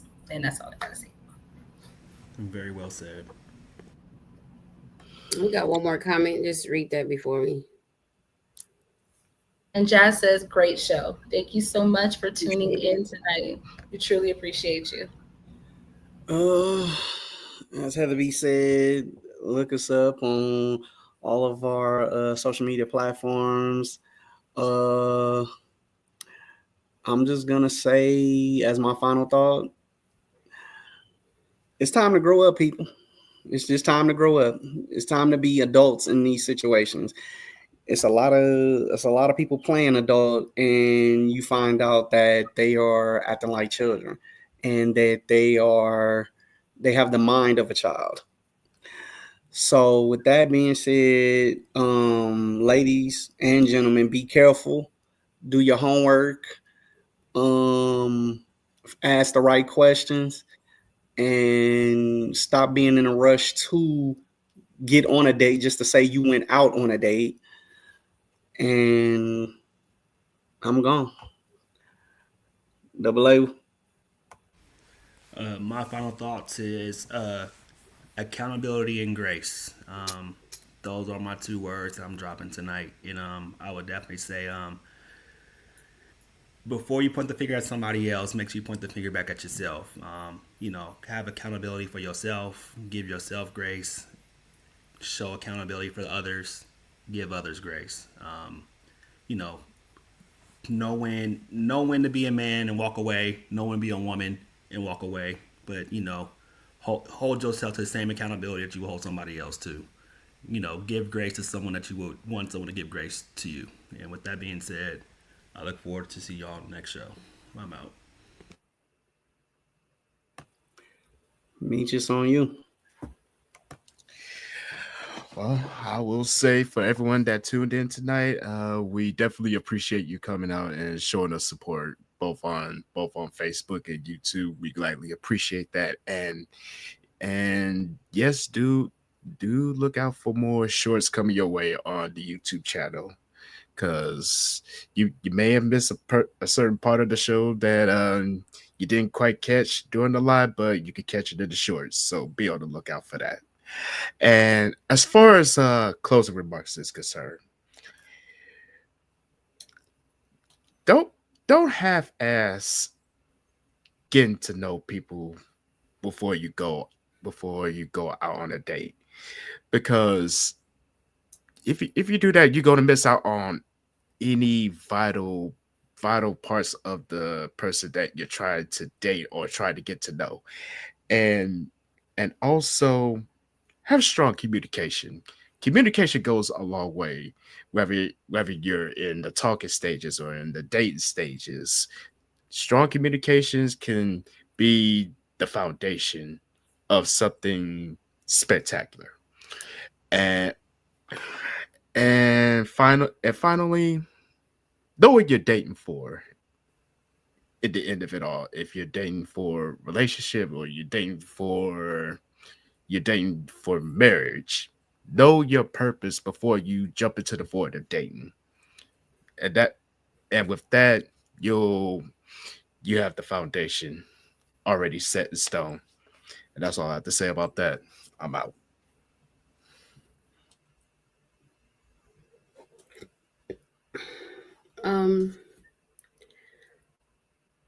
Allow yourself to date.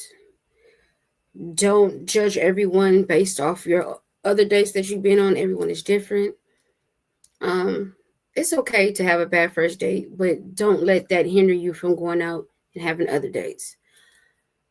Life is about trial and error.